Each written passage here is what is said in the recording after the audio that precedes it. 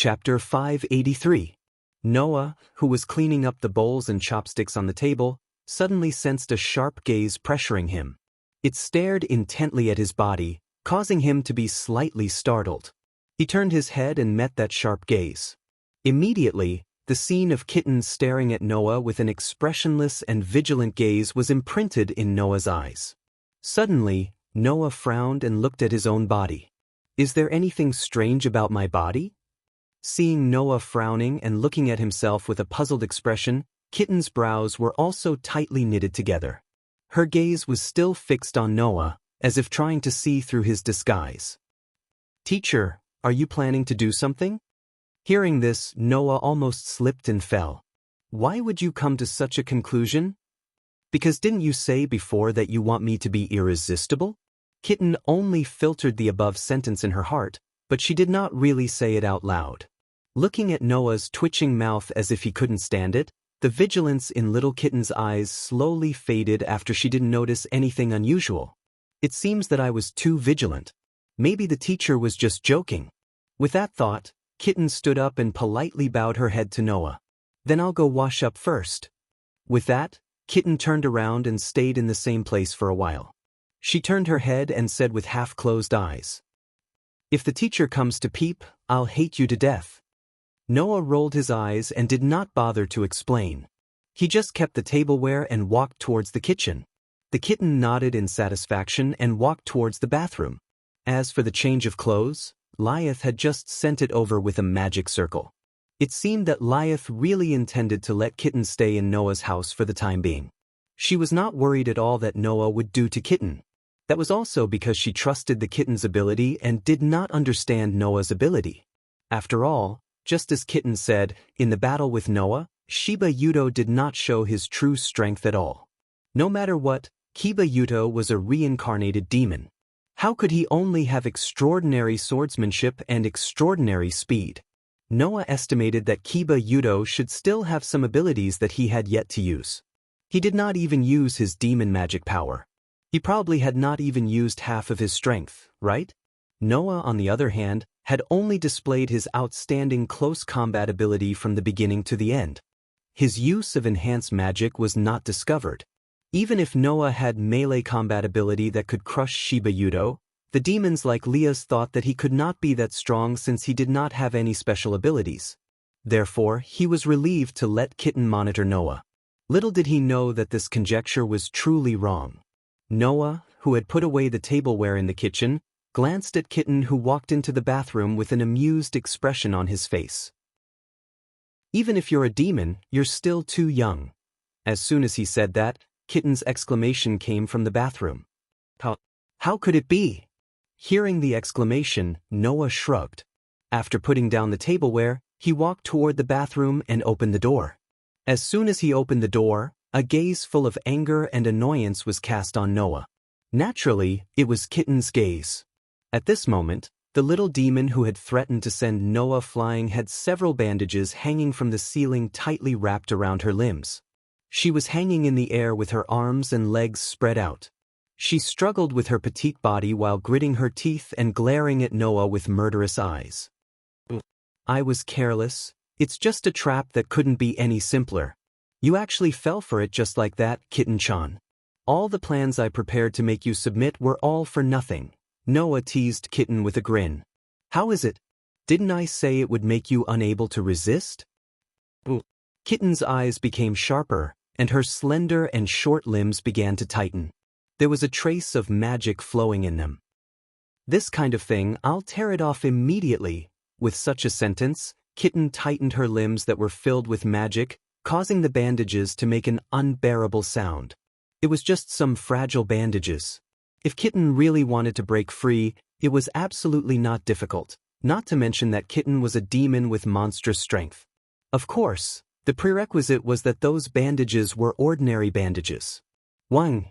Just as the kitten began to struggle seriously, the bandages that were tightly wrapped around the kitten's limbs trembled all over.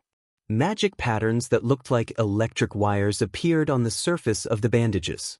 Under the strengthening of enhanced magic, the most ordinary of bandages suddenly became the strongest of restraints. Even if Kitten's monstrous strength tore them into a critical state where it would not be surprising if they were to break at any time, there was still not a single crack appearing. Seeing this scene, Kitten's pretty face that originally did not have a trace of emotion finally showed a trace of surprise. Magic? In the next moment, the surprise on Kitten's face turned into a solemn one, and the gaze that stared at Noah also carried a trace of malice. "You're not an ordinary human, you're a mage." Hearing this, Noah spread his hands, as if he had already expected Kitten's reaction. When they were in the supernatural research department, Noah told Liesi that humans did not have any forces that could compete with demons, angels, or fallen angels. He intended to use this to convince Liesi. However, after that, Liesi also explained to Noah that this statement was actually a bit off. Among humans, there were also some individuals who were not ordinary and had the power to compete with demons, angels, and fallen angels. One of them was mages. In this world, magic power seemed to be a power exclusive to demons. Humans could not have it. Rather than calling it magic power, it was more appropriate to call it demonic power. Demons all had the privilege of using magic power. By imagining magic power, they could make it have various effects. Sometimes it was to turn magic power into fire. Sometimes it was to turn magic power into lightning. Or it could be used after transforming magic power into healing, hypnosis, defense, and other properties. In that case, demons could use magic power to make magic power have various effects. And humans also had similar powers. That was magic. The so-called magic was actually the power of analyzing demons' magic power into tactics that humans could use, allowing humans to exercise similar abilities to demons. Magic power and magic were similar yet different things. Magic power was the power that demons relied on to trigger supernatural phenomena.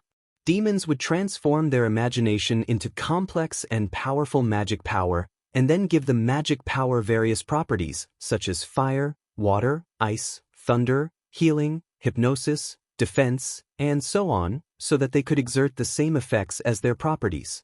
Magic, on the other hand, relied on the steps of using rituals and tactics to trigger supernatural phenomena. Unlike demons who could directly transform magic power into power with various effects, magic required the activation of magic arrays and the use of rituals or tactics to perform calculations before the corresponding effects and abilities could be exerted. Using the formula of arithmetic to make it clear, magic power was the direct result of 2, and magic was the power that had to go through the calculation of 1 plus 1 to obtain the result of 2. Originally, the origin of magic was to allow people other than demons to use their own tactics and rituals to use magic power similar to demons. However, now that all kinds of magic had appeared, some magic could even do things that demonic power, that is, magic power, could not do. Of course, correspondingly, there were also magic powers that magic could not replace. For example, the characteristics and abilities of pure-blooded superior demon families were passed down from generation to generation. That was a special power that only the family could use. Magic could not simulate it. Therefore, magic and magic power were similar yet different powers. In Noah's current situation, in this world, the magic power in his body could no longer be called magic power. It was an existence like magic power or mana. With such power, Noah could no longer be considered an ordinary human. Noah deceived Lieth. Chapter 584. Noah had lied to Leah. Noah could read the message from the cat's sinister gaze. In this regard, Noah just said indifferently, "What? Are mages not considered humans?" The kitten couldn't help but be speechless, unable to say anything to refute. Humans naturally could not become less human just because they could use demonic magic. However, mages could not be normal humans either. To demons, humans were extremely weak and powerless individuals. But among mages, there were some who stood out and could even rival superior demons. Those were not humans that demons could treat as weak and powerless individuals. Therefore, from the perspective of demons, humans and human mages were two completely different concepts. If Leah had known that Noah was a mage, she probably would not have simply sent the cat to Noah's residence, who was likely to be an enemy. At that moment, The cat clenched her teeth in regret. Undoubtedly, Minister Leah has chosen to trust you. Is there a problem with your Chief Lias choosing to trust me? Noah reminded him with a strange expression. I didn't say that I could use magic or anything like that, but I'm not lying either. I'm just a normal teacher at Foal King Academy. You don't mean that I have to hurt your minister just because I'm a mage, do you? Noah reached out and patted the cat's smooth, pretty face. Or rather, if I really wanted to harm your minister, I wouldn't have used magic in front of you so easily. Instead, I would have hidden it and only used it when I could deliver a fatal blow to Miss Leah. That would have been the end of it. Hearing this, the kitten fell silent. After a while, the kitten said this with an uncertain tone. You really don't want to harm Minister Leah? All right. If you find it hard to believe, I'll be frank with you. Noah sighed helplessly and looked up, a glint flashing in his dark, deep eyes. Leah Jaiminri is no match for me. If I wanted to harm her, I wouldn't have to go through so much trouble. Do you understand? The cat wanted to refute when she heard that. However, from Noah's extremely calm smile, the kitten keenly felt a chill run from the soles of its feet to its back, then from its back to the top of its head, causing the kitten's scalp to feel numb. Instinct told the cat. That was 100% accurate. If this man really wanted to harm Leah, then Leah Jaiminri would vanish from this world in no time at all. However, in the next moment, the calm smile on Noah's face was replaced by a sinister smile.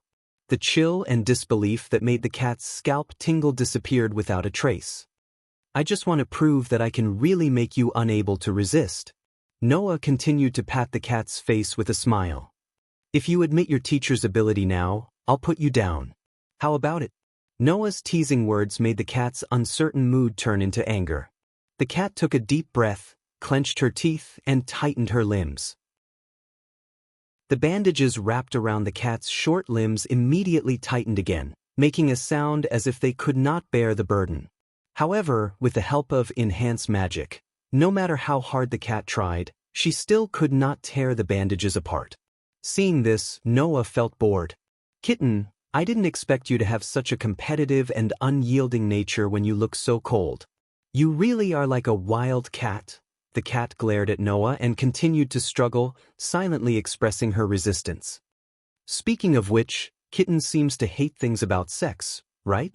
Noah's eyes turned, and for some reason, an expression that made the cat a little timid appeared on his face. Tell me, what should I do for a cute girl who can't resist at all in front of me? As he said that, Noah gently put a hand on the cat's exposed thigh. At the same time, an indescribable feeling came from his hand, and at the same time, the cat felt her whole body tremble. Then, Noah's hand slowly moved up her smooth thigh, making Kitten's heart skip a beat. She clenched her teeth tightly, and even her voice trembled a little. Worker teacher, you've been treating me as a worker teacher from the beginning, haven't you? Noah responded with a bright smile that did not contain the slightest bit of malice. Since you've already treated me as a worker teacher, why don't you take advantage of this opportunity to do some worker work? While speaking, Noah's hand had already slid down the cat's slender thigh to the corner of the cat's skirt. If it went any further, it would really reach the cat's skirt. The cat glared at Noah in anger. Even the usually emotionless face had a hint of anger, but more than that, her face was flushed with embarrassment. But even so, the cat did not intend to admit defeat. That was not only because of Noah's bad behavior, but also because of the cat's inner feelings. The cat was telling Noah, no matter what Noah planned to do, the cat in Pagoda City would not compromise. Including if Noah really intended to attack Leah. Obviously, Kitten still didn't choose to believe Noah's words 100%. As expected, you're a wild cat that's hard to tame. To think that Lias could take you in as her kin, and keep you so loyal. The mischievous smile on Noah's face completely disappeared. He rolled his eyes and withdrew his hand that was stroking the kitten's thigh. All right. Consider it my loss. It was just a joke. You actually took it so seriously. I'm convinced. With that, Noah turned around and walked out of the bathroom. Almost at the same time when Noah turned around and walked out of the bathroom, the enhanced magic lines on the bandages disappeared. With a crisp cracking sound, Kitten neatly tore them apart. The kitten landed on the ground again. First, she glanced at the door of the bathroom.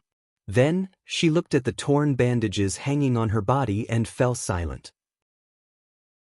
After a long time, a murmur echoed in the bathroom. What a strange teacher. Time slowly passed by. Not long after, the lights in every room in the apartment were turned off one by one. The light in Noah's room also dimmed at some point. In the dim room, Noah was sleeping on the bed on the ground. His hands were on the pillow, and his head was on his hands. He looked at the ceiling and suddenly spoke. "Are you asleep?" Noah did not get a response.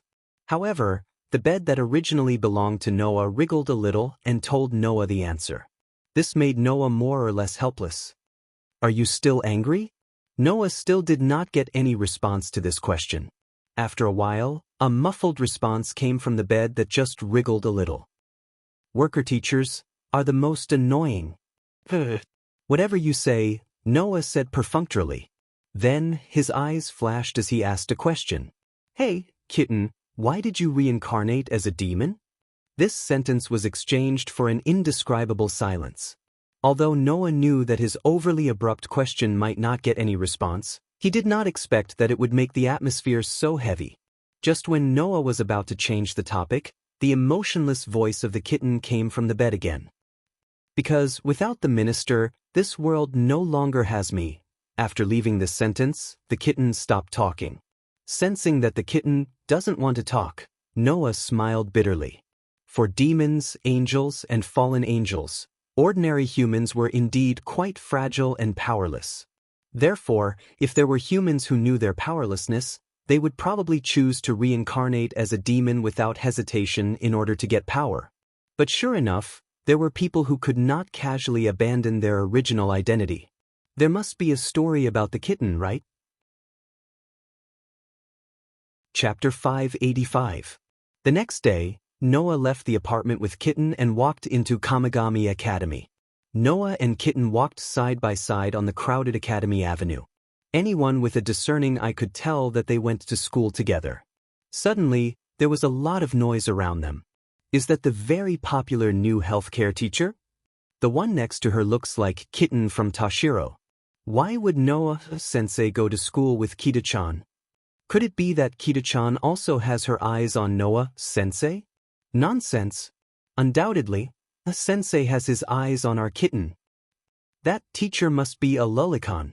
That's why I say boys are a bunch of idiots. How could Noah-sensei be a lolicon? That's right. Noah felt a wave of helplessness in his heart amidst the increasing noise. Why do normal high school students like to gossip so much? On the other hand, Kitten seemed to be used to this phenomenon. She carried her backpack and walked expressionlessly on the way to the school dormitory, causing many boys around her to gasp violently. The girls who saw the disgusting appearance of those boys all avoided them with a look of disgust. Not long after, the school dormitory door appeared in front of Noah and Kitten. As soon as they entered the school dormitory, Noah and Kitten would silently go their separate ways. They would meet up after school and go back to the apartment together. However, before that, Noah inadvertently caught a glimpse of 3 boys beside the school dormitory door. They were having a conversation that he couldn't ignore. "It's true. I'm telling the truth." Matsuda Motohashi, a boy who wore his uniform like a jacket and didn't button it up, was yelling at a boy with a crew cut and a boy with glasses in front of him. "I really saw it. Yesterday evening, there were 2 people fighting at the school gate. One of them was wearing a black cloak and had a sword in his hand. It was definitely a sword. I can't be wrong." His words made Noah, who was about to step into the school, halt his footsteps. Not to mention Noah, even the expressionless Kitten's eyes moved. She stopped in her tracks, stretched out her hand, and tugged at the corner of Noah's clothes. Noah nodded silently, confirming Kitten's guess. Yesterday, when Shiba Yuto was testing Noah, Liaz, Jurai Himashima, Kitten, and the others were nearby, and saw the whole thing unfold like the back of their hand. Naturally, everyone, including Kitten, knew that a student witnessed the battle between Noah and Kiba Yuto. Since they needed to save Yuto from Noah, Liaz, Junai, Kitten, and the others did not have time to chase after him. But that didn't mean that Leah's and the others didn't care about it. After all, if something went wrong, not only would the existence of demons be exposed to the general public, but even if the existence of demons was not exposed, it would cause quite a commotion. That was why Leah's had seriously said yesterday that they must find the witness. As for what to do after that, she did not say. Still, Leah's would never kill the witness just to hide something. When Kiba Yudo found the witness, he seemed to only want to capture him and not hurt him, which Noah had misunderstood Kiba Yudo. This matter should have been left to Leah's to handle. But since they met, it was better to at least stop that guy from spreading nonsense around. Under Noah and the kitten's watchful eyes, the conversation continued. But you said that someone was fighting with a sword. That's a little unbelievable. The crew cut boy called Matsuda seemed troubled. Who would wield such a weapon now? Even if they did, it should be a dagger or a kitchen knife, right? And Icheng, the sword you're talking about is the kind of sword you see on TV. Instead of saying that it's used for fighting, it's more like a sword used for acting, right?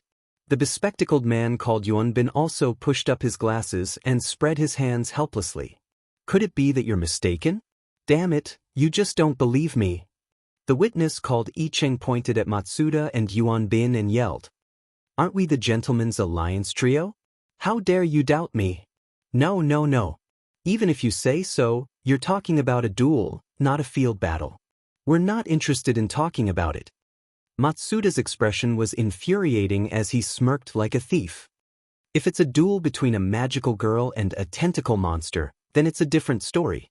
Hearing this, whether it was Icheng who claimed to be the witness or Yuanbin, both of them showed a drooling expression as if they were imagining something that had to be censored before it could be broadcasted. This caused the kitten to lower its eyelids and spit out such a sentence. Despicable and filthy forefathers. You're really strict, Kitachan. However, Noah more or less wanted to laugh dryly. There's nothing wrong with a male forefather, but if it's a forefather, then it's fine to go back home. If it's a forefather outside, then it's too shameful. However, the three of them didn't seem to have any self-awareness at all. They suddenly gave up on the topic just now and started to discuss on the street about their hobby. This caused the surrounding girls to avoid them in disgust. Their eyes also became very disdainful, as if they weren't looking at people but trash. In the end, even Kitten couldn't bear it anymore and pulled Noah's clothes. Sensei, please quickly get rid of that forefather. Let's say for the time being, Kitten, we want to keep him alive. Don't decide to erase people because of personal feelings, although it's indeed a bit unsightly. Noah smiled, then took a deep breath and walked over. Ticheng, who was talking about forefathers with Matsuda and Yuanbin, suddenly felt a hand on his shoulder. Hey, classmate, can I disturb you a little? Before he could finish his sentence, Noah and Icheng's expression changed at the same time. Icheng directly screamed, fiercely broke free from Noah's hand, and jumped away. On the side, Matsuda and Yuanbin also screamed. Huh? Aren't you that very popular new and annoying teacher? The two people's words were ignored by Noah and Icheng. At this time, Icheng was looking at Noah with a strange expression. His face was full of strange expression, as if he was surprised why he suddenly jumped away. His eyes were full of doubts. And Noah still maintained the posture of reaching out his hand and holding Icheng's shoulder, letting his hand hang in the air, but his eyebrows were deeply wrinkled. Just now, when Noah held Icheng's shoulder, the outline of the stone plate connected to the 10 patterns in his heart, the pattern representing the incarnation of the Dragon Man, trembled for no reason. No, it couldn't be said that there was no reason. Obviously, the reason why the Dragon Man had such a reaction should be related to the student called Icheng. What was going on? Noah suppressed the surprise in his heart and pretended to be curious as he asked Icheng. Why did you suddenly jump away? That. Icheng didn't seem to understand what was going on. He scratched his head and had a silly smile on his face.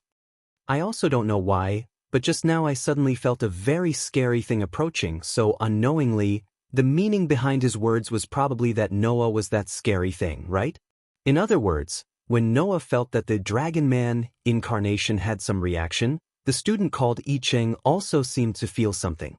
Noah, who had such a thought flashed in his heart, smiled slightly and said, "Actually, I'm just here to pass on a message."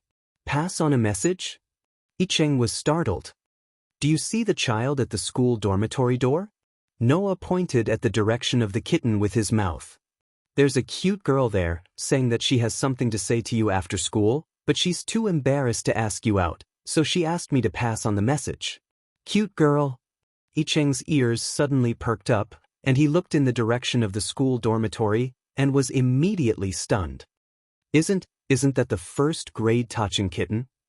That super cute mascot?" Matsuda and Motabin let out tragic screams. Kitten, asked me out?" I Cheng was really shocked. Noah smiled indifferently. "Don't let the girl wait for too long." After saying that, Noah left, leaving behind I Cheng, Matsuda, and Motabin, the three of them making awkward sounds, the corner of his mouth raised. "Let me see what's so special about you." Chapter 586. Bam! Grr! A muffled sound followed by an agonizing cry echoed in the old school. A figure was sent flying into the air before crashing to the ground. His head tilted to the side, revealing a face with a small fist imprint on it. Blood was still gushing out of his nose. It was the witness from yesterday, the one who was invited to the old school by Noah, Hyuda Issei. Not far in front of Hyuda Issei was Kitten, who was still in the pose of throwing a punch. She told everyone how the imprint on Hyuda Issei's face came about. Noah, who saw Kitten send Hyuda Issei flying with a single punch, covered his face and pretended that he could not bear to watch. "It took me a lot of effort to invite him here, and Lisi is also on her way here. We haven't even discussed how to deal with him yet, and you just threw a punch at him. What kind of reaction do you expect me to have?" Hearing this, the kitten turned her head and stared at Noah. Her big, watery eyes were full of blame. "What did you say to him when you asked him to come this morning?" Well, Noah finally remembered the excuse he gave Hyuda Issei this morning. He turned his head away to avoid Kitten's piercing gaze. "Why do you ask?" Kitten stared at Noah speechlessly for a while before answering. "If Sensei didn't say anything, why would this Sensei approach me with that perverted look on his face?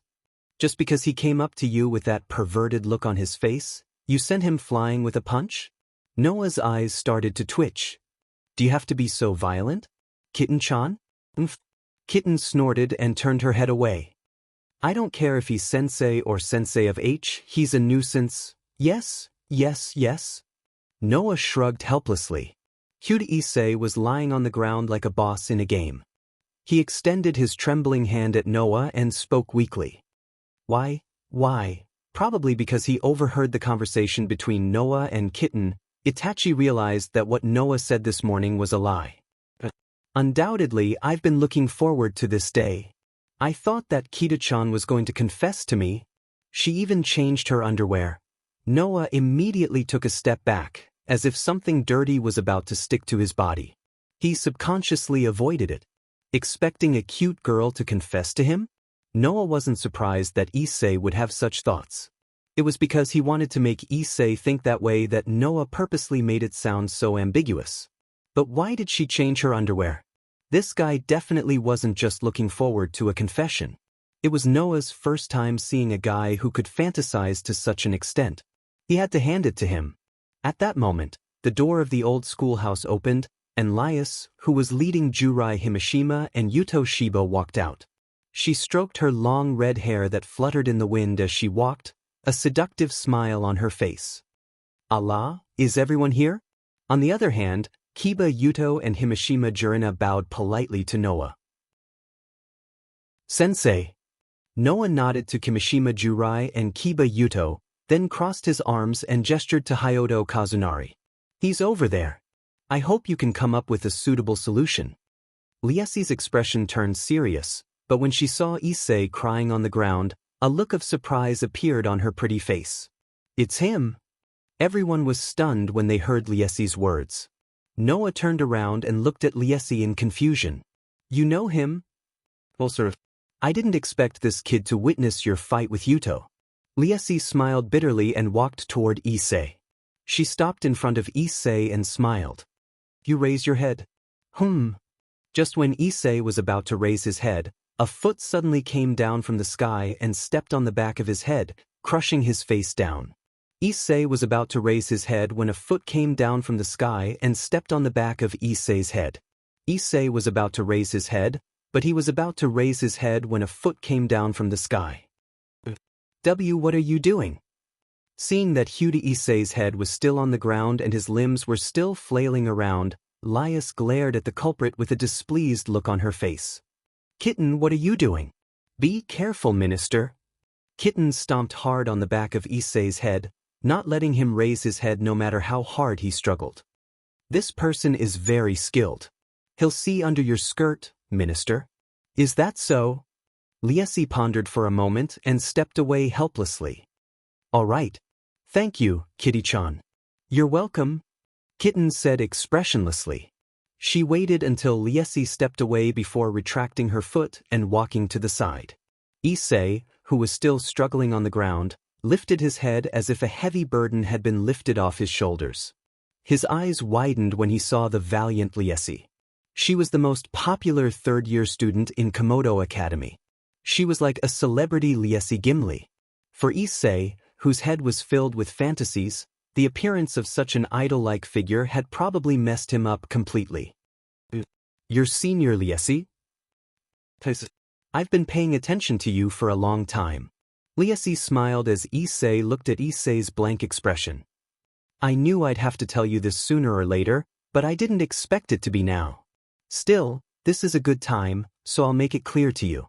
With those words, Lias made a declaration. Issei Gimli, I hope you'll remember that I, Liesi Gimli, am a demon. Demon? Issei stared at Liesi blankly. He was completely at a loss. Noah, who was quietly watching the scene, turned his gaze to Issei, who was still lying on the ground, and narrowed his eyes. What's so special about you? Inside the paranormal research department of the old school building, a large cross-shaped bandage was plastered on Hayato Ishigaru's face. He sat on the sofa, looking around nervously. He seemed to be terrified by the mysterious words and magic circles in the room.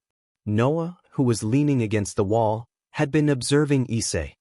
He finally spoke when he saw Liesi sitting in front of the luxurious desk.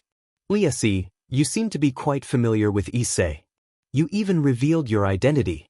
Can you explain it to me? As Noah spoke, everyone in the room, including Issei, turned their attention to Liesi. Apart from Jurai Himashima, everyone else seemed to have the same doubts. Didn't I just say it? I've been paying attention to Issei for a long time. Liesi glanced at Issei, who was still in a daze. Because he's the wielder of a sacred gear. The owner of the sacred gear. Kiba Yuto and Kitten looked at Hayato Kazunari in surprise. The owner of the sacred gear? Hiruto Kazunari asked with a blank expression on his face. Noah was a little surprised. After hesitating for a while, he spoke with uncertainty. I remember you said yesterday that in this world, there's another type of person who possesses power beyond that of a normal human being. That's the wielder of a sacred gear, right? That's right. Liesi nodded. The so-called sacred gear refers to an extraordinary power that was created by the God of the Bible and possessed by a specific human being. Liesi stood up and walked to the desk. She leaned on the edge and looked at Issei, who was still in a daze. She let out a meaningful laugh.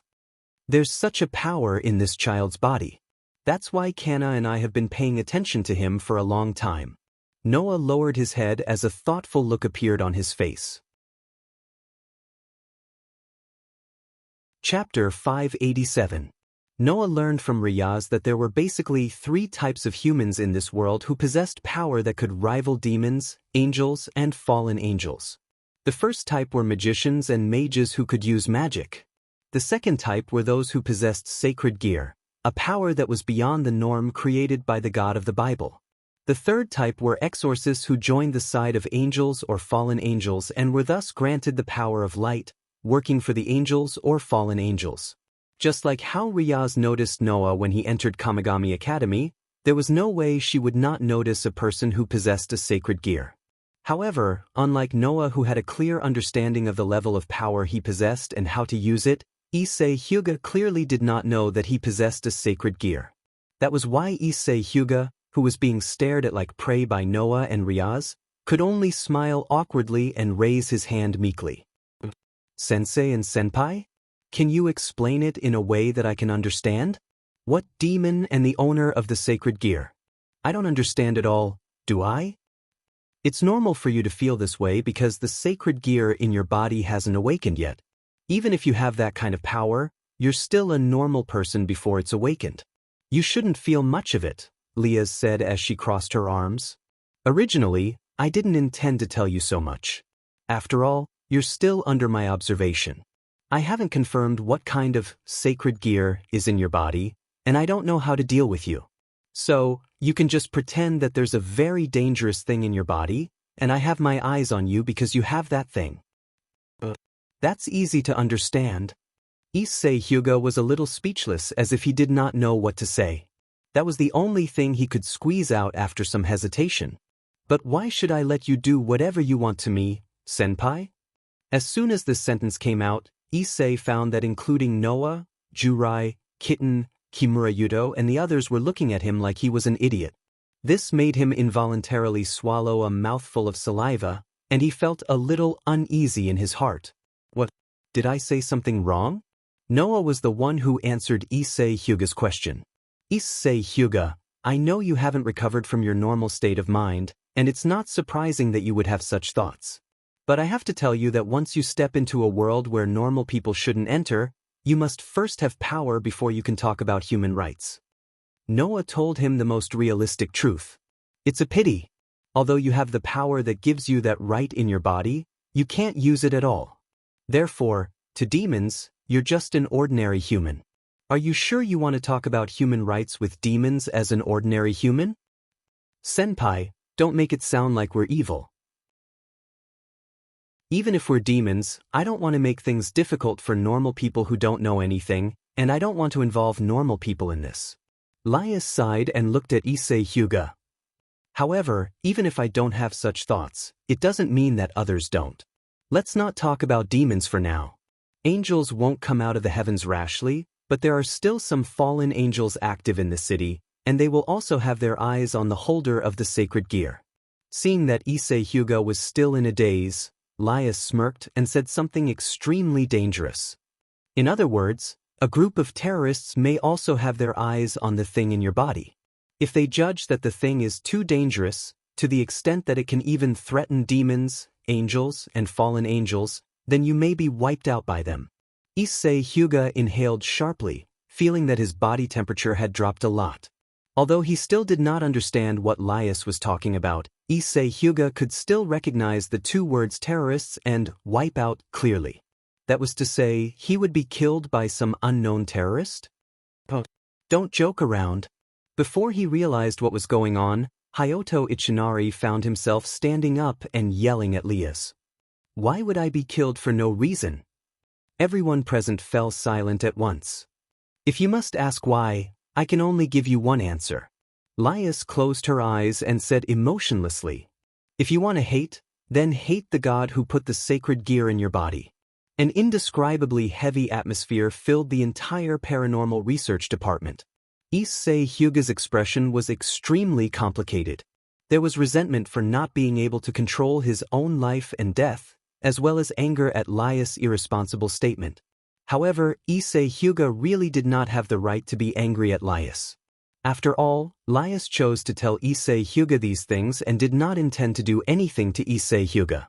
That was already very kind of her. However, even if Lias could guarantee that she would not do anything to Issei Hyuga, could she guarantee that the fallen angels would not do the same to Issei Hyuga? That was not something Lias could control, and she had no obligation to protect Issei Hyuga. It was as simple as that. Unfortunately, this was too much for humans who had always lived in a normal world to accept. Noah sighed in his heart and finally spoke. Lias, Issei Hyuga is my student no matter what. As I said, you must give a suitable solution, right? Sensei. Issei Hyuga quickly moved to Noah's side as if he had found his backbone and nodded at Noah. That's right. I didn't even know that there was such a dangerous thing in my body. Who would want something like that?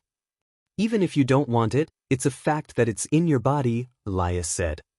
No one will reason with you just because you want to.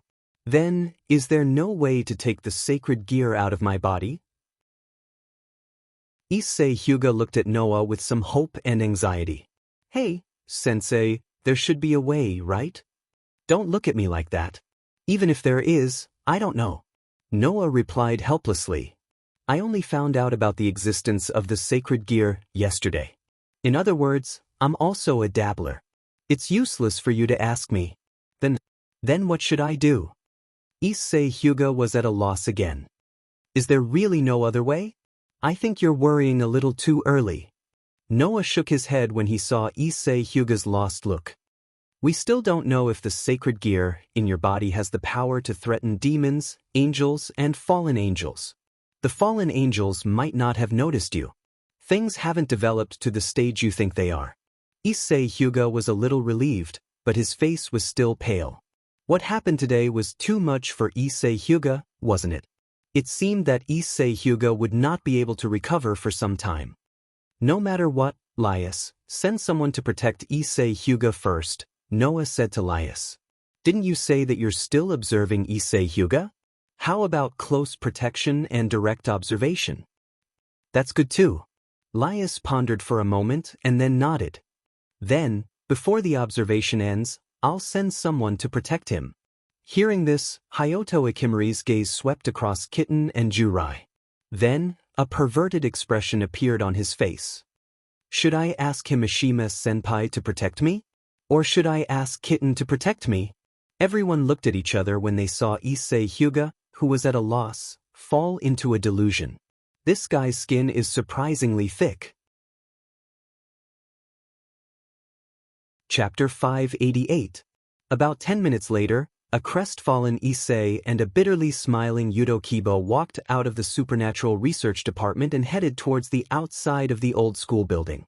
Needless to say, Lias had finally decided on the person who would protect and observe Hayato Kazunari. Just like how Kitten moved into Noah's house, Shiba Yuto would move into Hayato Kazunori's house for the time being. Until the sacred gear in Hayato Kazunori's body was fully understood, Leah would decide what to do with Hayato Kazunori again. So, while Issei's life would be the same as before, it would more or less change, right? After all, with Shiba Yuto, the most popular male student in Kiho Academy, protecting him, Issei would definitely become a popular figure in the academy. He believed that all kinds of rumors about Hayato Kazunari would spread tomorrow. Noah, who had seen how gossipy the students in Kiho Academy were, had no doubts about that. Noah kept quiet as he watched Issei and Shiba Yuto leave. All sorts of thoughts flashed through his mind. Seeing Noah's silence, Lias asked curiously, "What's wrong? Is there a problem with Yuto protecting and observing Issei?" "No, that's not what I'm thinking." Noah shook his head. "I'm just a little concerned about the sacred gear in his body." Concerned about the sacred gear in his body? Lias tilted her head, puzzled. Is there something strange about the sacred gear inside Hayato Kazunari's body? I already said that I only found out about the existence of the sacred gear yesterday. How do you expect me to answer you when you ask me this question? Noah smiled bitterly, but his eyes were sparkling. However, the sacred gear in his body is definitely not simple. I'm sure of that. According to Lias, there were differences in the power of the sacred gear. The weaker sacred gear's power was only at the level where it could affect people's lives. As for the relatively stronger sacred gear, if used well, one could even obtain a power that far exceeded that of a superior demon in a very short period of time. It could even rival the power of a god or demon king. The highest level of sacred gear was known as Longleness. Noah did not know what level the sacred gear in Issei's body was, but he suspected that it was Longleness. If it wasn't the kind of sacred gear that could threaten even gods and demon kings, how could it possibly cause Noah's authority that was derived from the god of disobedience to react? So, the probability of that guess was above 90%. Of course, Noah did not plan to tell Lias about that. As mentioned earlier, Noah only learned about the existence of sacred gear yesterday. If he were to recklessly confirm that the sacred gear in Issei's body was Longinus, he would have to expose Noah's authority if Lias were to ask for the reason. For now, Noah did not plan to expose his authority to that extent. That would only arouse Lias' vigilance and distrust. Let's not talk about that for now. You, on the other hand, are in a bit of trouble right now? Noah changed the topic and changed the topic. Out of the three of you, one is by my side, and one is by Issei Hyuga's side. You're the only one left to protect you. Are you okay? Lias raised an eyebrow when she heard that. Although losing two of my kin does reduce a lot of defense around me, I'm still a superior demon. You don't think I don't have the power to protect myself, do you, Sensei? Minister, she's very strong. The kitten squeezed out such a sentence in her silent state. And Junai-senpai is also very strong. Era, thank you for the compliment, kitten. Junai immediately replied with a smile. Yes, I'll protect you, Minister. That's for the best. Noah turned around and looked at the scenery outside the window, his deep eyes rippling slightly. After all, the days of peace are probably coming to an end, right? Ever since he reincarnated as a godslayer, Noah himself had become synonymous with battle. Coupled with his keen sensing ability, Noah already had a kind of intuition. Soon, the peace that permeated around him should be coming to an end, right? For the next week, it was like the calm before the storm. Noah did not encounter any strange things. Of course, he was surrounded by a group of first, second, and third-year female students every day. He also had to diagnose some diseases that did not exist in the first place in the health room. Sometimes, he would be asked to check his body with a fanatical look. This experience was considered strange, and Noah experienced it almost every day. And other than staying in the health room to complete the corresponding work, Noah had nothing to do for the day, so he put his mind on living a leisurely life. Sometimes, he played games with the kitten at home. Sometimes, he accompanied the kitten to the Supernatural Research Department to chat with Lias, Junai, and the others. Sometimes, he was asked by unknown female students to confess to him, and then he was a little nervous and tactful. And sometimes, he went to Issei Hyodo to observe his movements to see if he could dig out the true face, ability, and effect of the sacred gear in his body. This was how Noah spent the week. Gradually, it seemed that even Lias had come to the conclusion that Noah did not intend to do anything wrong. She began to let the kitten return to her original routine, which was to answer the calls of the humans who made wishes every day, to carry out the demon's work, and only return to Noah's house in the middle of the night to go to sleep. It was worth mentioning that the kitten was surprisingly like a kitten, and liked to unconsciously stick to Noah when she was sleeping. In this week, Noah had the experience of waking up in the morning to find a cute kitten suddenly in his bed, and it troubled him greatly. Because once the kitten woke up and found that she had unconsciously snuck into Noah's bed, she would throw an iron fist at Noah with a red face. Although she did not hit him once. And just like that, a week's time passed by quickly. This evening, Noah walked back to his apartment alone, and the kitten was not by his side, which was rare. For the kitten who had been sticking to Noah's side every day for the past week, it was not a common scene. I'm supposed to participate in club activities, but what kind of activities can the Supernatural Research Department have? Noah could not help but laugh as he recalled the scene where the kitten specifically came to the clinic to ask for leave from him. Well, you should give me some space sometimes. The kitten definitely did not like to stick to Noah's side. That girl was just carrying out the surveillance job that Lias had given her. And now, since the kitten was starting to not stick to Noah, it proved that Lias and the kitten were gradually starting to trust Noah, and he did not know whether it was a good thing or a bad thing. In short, although Noah was not used to having a kitten by his side, he did not really feel that lonely. He slowly returned to his apartment and came to the door of his room. Just as he put his hand on the doorknob, Noah's eyes flashed, and then he opened the door as if nothing had happened and walked in. "Oh, welcome back. Congratulations on coming back. Thank you for coming back." The person who said such a hip-hop style sentence to Noah was a man with dazzling white hair sitting on the window, wearing a priest's attire. The priest had an extremely exaggerated and twisted smile on his face, and his whole body was emitting a pungent smell. The smell of blood. Chapter 589. From the priest's ferocious expression like a carnivorous beast, the stench of blood that permeated the air was so thick that it made people want to vomit. Noah had seen a lot of blood, and even his hands were stained with a lot of blood. However, he still frowned because of the smell of blood on the priest's body. His gaze towards the priest was unconsciously filled with disgust. Oh, you're not surprised? You're not afraid? Shouldn't you be hiding in a corner and trembling? Although I'm a merciful priest. But I'm trespassing. Sitting on the window, the priest who obviously invaded from the outside tilted his head. The corner of his mouth slowly formed a sadistic arc. Speaking of which, I smell it, oh, with this nose, shio, I smell it from your body. Hearing this, Noah's frown deepened. Looking at the priest who spoke like a mental patient without logic and rules, his voice unknowingly carried a sense of disgust. What do you smell? Huh? You don't smell it? It's a very pungent smell. The curl of the priest's lips grew wider and wider. Gradually, his expression became twisted and ferocious because of the curl. He said this sentence with a crazed tone. The smell of a trashy human who deals with evil demons all day long. After saying this, the priest reached into his arms and took out an item. It was a sword hilt without a sword body. But, in the next moment, with a wong vibration, a sharp blade suddenly emerged from the sword hilt. It was a blade made of pure white light that vibrated frequently like a laser blade. Seeing this scene, Noah's eyes narrowed. Light power? Light power.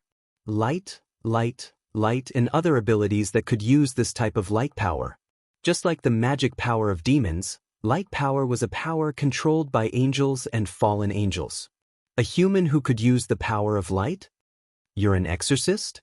A human who joined the ranks of angels or fallen angels, and thus received the power of light from angels or fallen angels, and worked for angels or fallen angels. That was an exorcist. In other words, the priest in front of him was also a human with power comparable to demons, angels, and fallen angels. My identity was suddenly exposed here? Is this how it unfolds? The priest widened his eyes, but began to twist his body in enjoyment. That's right, Lord Fred is an exorcist, and a lost exorcist. Ah, right, don't ask me what a lost exorcist is, I won't tell you. Or rather, there's no need to tell you. Anyway, you're going to die soon, and I'll kill you. After saying that, the priest, who called himself Fred, suddenly stepped on the window and leaped high into the air. He held a light sword in his hand and spun in a circle in the air. Then he mercilessly cut through the air and chopped down at Noah's head. Seeing the sharp lightsaber chopping towards his head, Noah didn't move at all. He just coldly looked at Fred, who was descending from the sky, and slowly raised his hand. I'll chop. Seeing this scene, Fred stuck out his tongue and panted like a dog. The lightsaber in his hand left a faint white mark and chopped towards Noah's direction. However, in the next moment, when Fred's lightning-fast lightsaber was less than half an inch away from Noah's head, it suddenly froze in midair as though it was frozen in space. Pa! With a crisp sound, Noah suddenly stretched out his palm and tightly grasped the lightsaber. The lightsaber that could definitely cut through rocks was actually held by an ordinary palm and stopped. Buzz, buzz, buzz, buzz. The vibrating lightsaber kept rubbing against each other violently. Like a chainsaw, it kept cutting Noah's palm. Facing the lightsaber, Noah sneered and suddenly tightened his grip on the lightsaber. Pang! The violently vibrating lightsaber was directly crushed by Noah as if it had exploded. Seeing this, the sadistic and twisted expression on Fred's face was completely frozen. A lightsaber that originated from the light of an angel or fallen angel. Such a lightsaber, which was a natural enemy of demons, was crushed by a palm? Who? Just as Fred froze in place, Noah's body swayed slightly, and his figure instantly turned into a blurry shadow. He clenched his right fist, and with a sharp force, He ruthlessly smashed it towards Fred's disgusting face. Pang! With a muffled sound, a figure also shot out from the space in front of Noah. While spitting out a mouthful of blood, it flew out of Noah's room through the window at a faster speed than when it came. At the same time, another figure also flashed out of the room, stepped on the edge of the window, and shot down, catching up with the figure in front. Pang! A foot heavily stepped on the face of the figure that flew out, kicking the exorcist who was wearing a priest's costume to the ground. His body suddenly fell to the ground and smashed into the ground, stirring up a lot of smoke and dust. At this time, Noah, who had given the disgusting priest a kick, landed lightly on the ground. With a thud sound, he quietly landed and looked at the place where the smoke and dust was stirred up. Although I don't know how powerful the so-called light is, unfortunately, you used it on the wrong person. As a godslayer, Noah's body originally had an extremely foul resistance to curses. It was not only immune to magic, but also immune to magic, yin-yang, and other curses with mystical power. Unless it could reach the level of a god or was effective against a god, any mystical power would have no effect on the body of a godslayer. And was the light of an angel or a fallen angel stronger than the power of a god? The answer, of course, was no. In this way, even if Noah used his hand to grab it, the so-called light would be ineffective. Therefore, instead of using a light sword formed by the light of an angel or a fallen angel, it was better to use an ordinary dagger to stab Noah. That way, Noah's body could be left with a wound. An exorcist who acts against humans, and with such a strong smell of blood, there must be a lot of lives that have died unjustly by your hands, right? Noah said to himself. Then, if I kill you, you shouldn't have any complaints. Saying such a sentence, Noah raised one of his hands towards the place where the thick smoke and dust was, and a magic circle immediately appeared in front of his palm. Just as Noah was about to directly deal with the disgusting priest who had suddenly invaded his house with a magic cannon, a cry of surprise sounded from behind him. Noah's hand movements suddenly stopped. He turned his head and looked behind him, and the next moment he was stunned. He saw that in the corner of the street behind him, a figure was standing there without him knowing, covering her mouth with a look of horror. It was a young girl who was about 16 or 17 years old.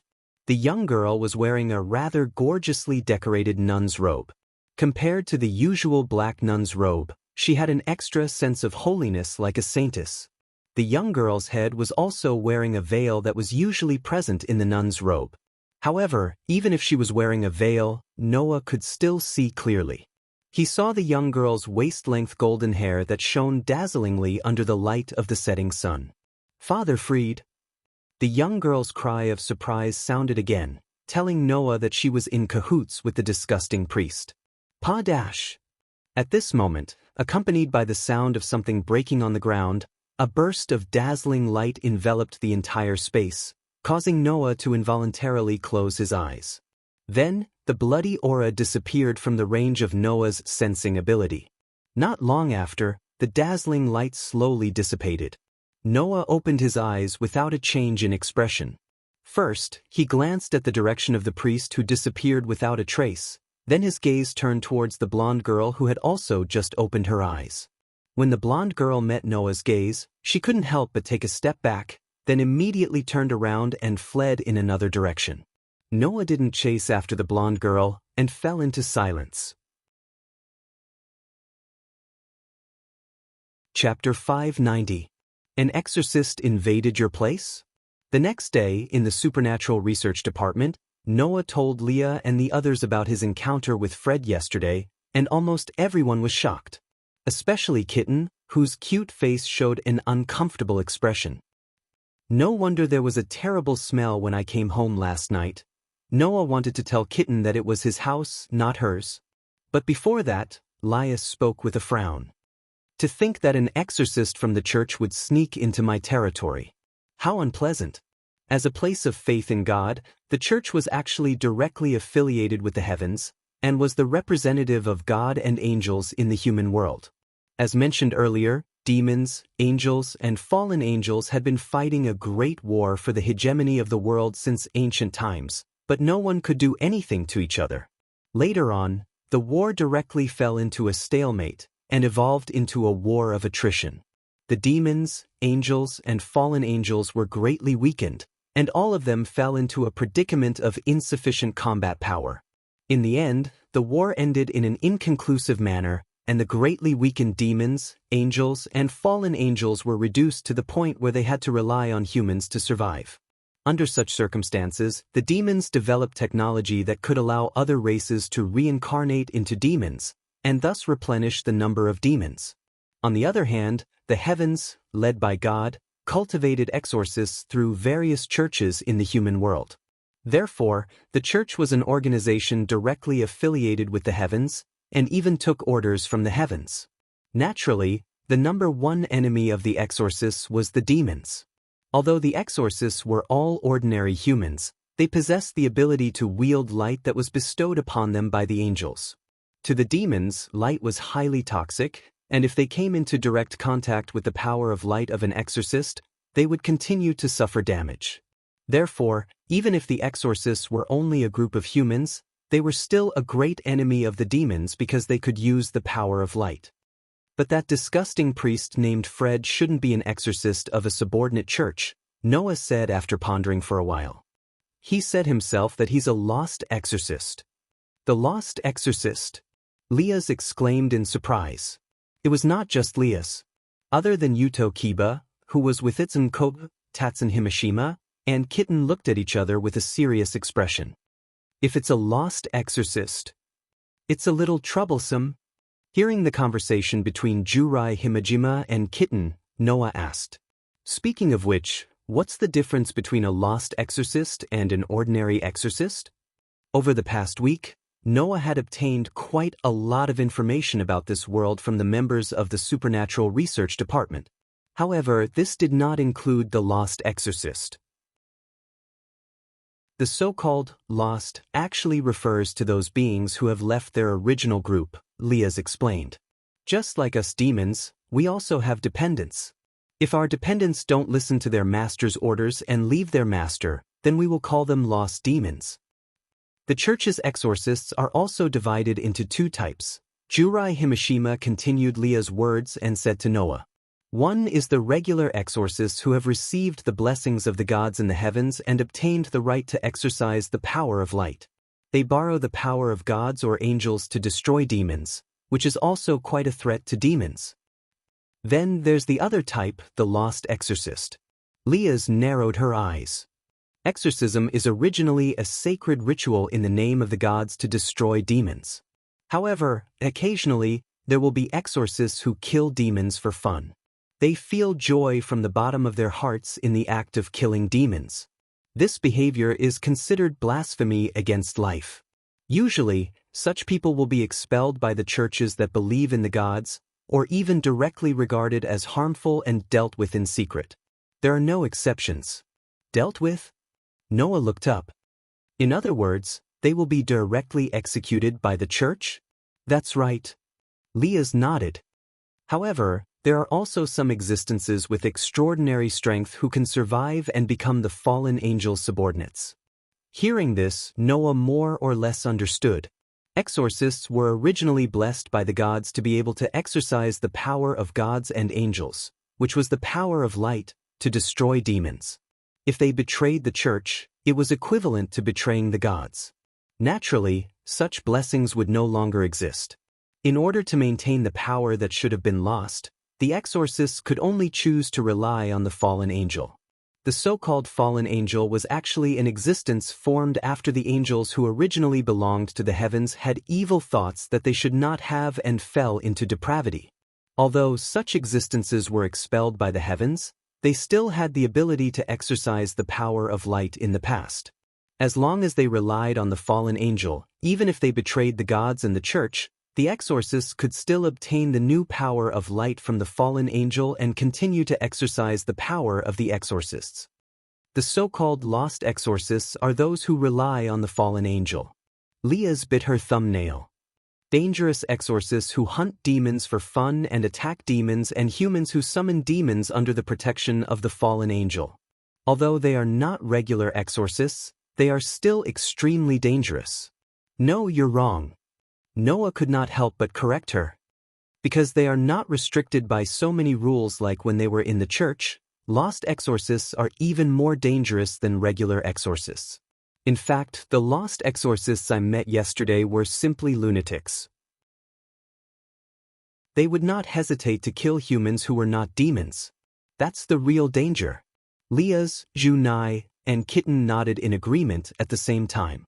It was also because of this reason that when Leah's and the others heard that Noah did not encounter a regular exorcist, but a lost exorcist, they were surprised and serious.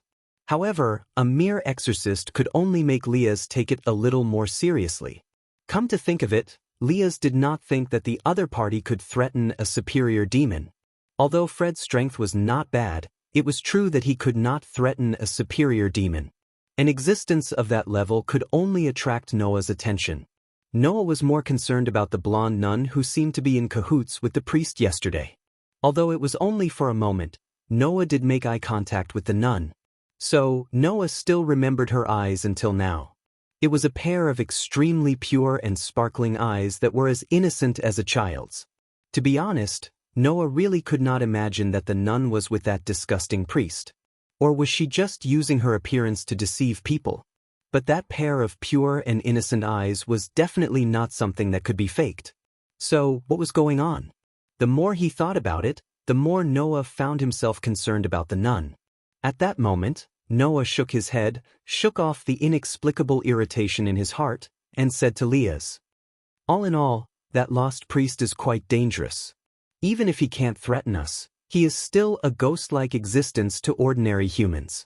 Yesterday, he attacked me, so it wouldn't be strange at all when he attacks the humans who often summon you and have made a contract with you." After hearing Noah's words, Leah's expression immediately became serious. "You're right. If I let that priest attack the customers in my territory, then I, Leah's Gimli, would not be worthy of my surname." With that, Leah's turned her head and looked at Jurai Himashima. "Jurai, investigate the priest's whereabouts. Also, tell Kana so that she can be prepared." "Yes, Minister." Jurai Himashima bowed respectfully and then walked out of the Supernatural Research Department. "I'm sorry, Sensei." The kitten also bowed her head and apologized to Noah. "It's all because of me that you were treated as a human who often interacts with demons and were targeted by that priest. From now on, I'll protect you." "Well." Noah smiled bitterly, reached out his hand, and patted the kitten's head. "Then I'll leave it to you." It was only then that the kitten nodded in satisfaction. Even Riaz, who was beside her, could not help but laugh. The nun's appearance appeared in Noah's mind again. If there's a chance, why don't I try to interact with that nun? Chapter 591. In the evening, Noah exited the academy and walked back to his apartment. He looked at the empty space beside him and could not help but let out a long sigh. He said something cute and cool like, "I'll protect you from now on." In the end, didn't he abandon me the moment he was summoned by Lyath? Just like yesterday, Kitten did not return with Noah today. There was no other reason. Lyath sent Kitten out to patrol as if she wanted to see if she could find the person who invaded her territory. Noah's encounter with Freed was not a small matter. After all, not only was Freed a dangerous person, but the person behind him was also a great enemy to Lyath. As a lost exorcist, there was no doubt that Freed was backed by a fallen angel. And since Freed had invaded Lyath's territory, the fallen angel behind him might be here as well. So, just in case, Lyath still sent Kitten out to patrol the area. At least she could be at ease after confirming that there were no traces of enemies around Komodo Academy. Actually, Shiba Yudo was more suitable for this kind of job. Unfortunately, Hyudo Kazunari, the wielder of the sacred gear, undoubtedly needed more protection than Noah. Since the fallen angel was likely to invade the city, Hyudo Kazunari, the wielder of the sacred gear, was likely to be targeted by the fallen angel as well. Therefore, not only could Shiba Yudo not leave Hyudo Kazunari's side at this time, he also needed to protect him more than before. As for Himejima Jinai, Yamato Nadeshiko was Lyath's most capable follower, so she naturally had to stay by her side to protect and support her. Hence, the only person left to patrol was Kitten. This was also a decision Lilith made after she determined that Noah did not need protection. A lost exorcist who has the ability to escape the church's pursuit and join the fallen angel's side is obviously much stronger than the average exorcist. Against such an opponent, not only can you escape unscathed, but you can also defeat him. Even if the fallen angel comes looking for you, they won't be able to do anything to you, right? That was what Lilith said. However, when she said that, she looked at Noah with a meaningful gaze. Presumably, the kitten had already told Leah's that Noah was a sorcerer, allowing Leah's to have a preliminary understanding of Noah's strength. That was why she was acting like that. Noah was not surprised by this. Or rather, if the kitten had chosen to help Noah hide the fact that Noah could use magic, wouldn't Noah be surprised? But it's good that kitten isn't around. Noah's mind once again flashed with the pure eyes of the blonde nun. If that's the case, I can try to find that nun. Thinking of this, Noah's heart was a lot more balanced. He quickened his pace, walked into the apartment building, and walked in the direction of his room. Noah planned to walk around the city before dinner. Although this method was like looking for a needle in a haystack, Noah could only rely on luck if he wanted to find the nun without detailed information and knowing the nun's movements. Well, it's not very likely that I'll find her just like that. When Noah walked out of the elevator and arrived at the apartment floor where his room was, the scene that appeared in front of him made Noah's eyes widen. He was completely stunned on the spot. Faintly, one could see that Noah's eyes were completely shocked, which was rarely seen. That was because the scene that appeared in front of him really made Noah, who had just had a certain goal but did not have much hope, speechless. Amidst such a soft cry, a young girl wearing a nun's outfit that wasn't all black was waiting for something in front of Noah's room.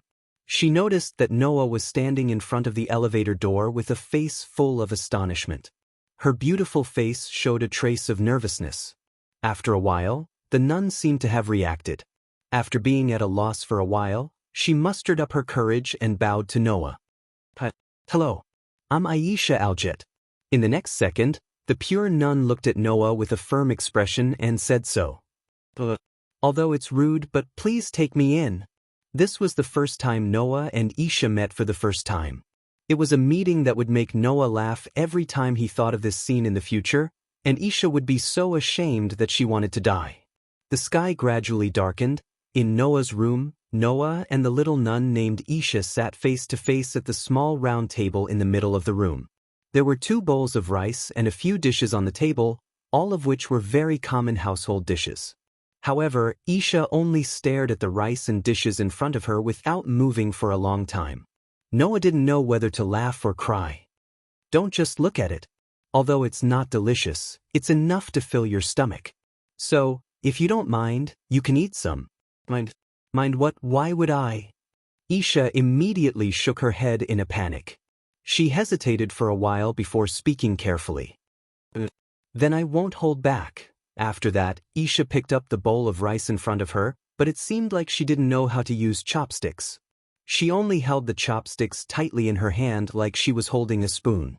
She didn't know how to use chopsticks and was at a loss for what to do. Noah couldn't help but laugh out loud. Chopsticks aren't used like this, but like this. At that moment, Noah acted as if he was giving a demonstration. He explained to Isha while demonstrating. After about 3 minutes, Isha finally learned how to use chopsticks. Thus, Isha used some stiff movements to take a mouthful of rice. Under Noah's guidance, she added some side dishes and began to chew. The next second, Aisha's eyes lit up. So, delicious. Is that so? The smile on Noah's face turned into a bitter smile. You don't have to comfort me. I know how my culinary skills are. Although it's not to the extent that I can't eat it, it's definitely not to the extent that people would praise it as delicious. No, it's really delicious, Isha quickly said. I used to only eat bread and soup in the church. The rice that Mr. Noah makes is really delicious. Unfortunately, there was no need to cook rice at all. All he had to do was wash the rice and put it into the rice cooker. There was no need to test his culinary skills at all. Noah, who felt that it was a little strange, could only touch his nose. If that's the case, you should eat more. Okay, I'll definitely taste it carefully. Isha ate one mouthful after another, eating with great relish. Looking at Isha, who was like a little squirrel with her cheeks puffed up, using chopsticks with stiff movements to pick up side dishes with difficulty and eat with rice, Noah became more and more suspicious of why she would wallow in the mire with that disgusting priest. No, it was hard to say whether she was wallowing in the mire with him or not. It was also possible that Isha didn't know what kind of person Fried was and what kind of shady business he was doing. She was just blindly coaxed by him. Such a possibility wasn't impossible. In short, Noah felt that Isha shouldn't really wallow in the mire with Fried. Otherwise, this nun wouldn't have such pure and innocent eyes and naive and romantic actions. Of course, this was just Noah's personal feeling. Noah, who felt that he had to ask clearly, chose to ask after considering his choice of words. Then Isha, first of all, please tell me, why did you appear in front of my house? Isha, who was enjoying her meal, abruptly stopped what she was doing, and a dejected look appeared on her face. After slightly lowering the bowl in her hand, Isha lowered her head and said such a sentence. Because I don't know where I can go, don't know where you can go? Noah also lowered the bowl in his hand and looked at Isha opposite him. Can you tell me in detail? Hearing Noah's words, Isha seemed to be a little hesitant, but it seemed that she had already made up her mind before coming to Noah's place. In the end, she met Noah's eyes. Actually, I escaped. Chapter 592. Aisha Aljet was born in Europe and was abandoned by her parents at the entrance of a church. It was a church that functioned as an orphanage. Her parents, who were unable to raise her, probably wanted this pure and innocent girl to be adopted by the church along with the other orphans. Under such circumstances, Isha grew up under the care of the nuns, and under the influence of the people and environment around her, she developed an unusually devout faith. She had always believed in the God of the Bible. Then, perhaps the young girl's devout faith was discovered by God, and a miracle was sent down. When Aisha was 8 years old, a force appeared out of thin air on her body. It was a power that could completely heal an injured person and restore them to their original state. Aisha, who possessed such power, was discovered by the members of the church by chance. Since then, Aisha's life had changed. Isha was brought to the headquarters of the Catholic Church. Then, with the title of Saintess with the power of healing, she was presented to the public by the Catholic clergy. The church asked her to heal the discomfort of the visiting believers, saying that it was a blessing from God. Aisha firmly believed in this saying, because if it wasn't for God's blessing, an extremely ordinary girl wouldn't have such power. Therefore, driven by her devout faith and her gentle and kind nature, Isha accepted the job without hesitation. As a result, the young girl became the saintess who was worshipped by many believers and spread by word of mouth. Aisha was happy that her power could be used in such a way. The girl had always been grateful to the Almighty God for granting her such an ability. However, as the saintess, one day she fell into hell because of this power. You healed an injured devil? Noah was startled when he heard Aisha's words. Then he became suspicious. Is there a problem with that? Noah asked this question subconsciously. When she realized how serious the consequences of this sentence were, Aisha's smile became a little sad. Because God's power won't heal an evil devil. That's right. Whether in the Bible or other myths, the most common thing was the hostile relationship between God and the devil of hell. For the Catholic Church, who believed in light, devils were undoubtedly dark and evil existences that would make humans fall. In fact, the heavens led by God did frequently fight with the devils and fallen angels living in the underworld.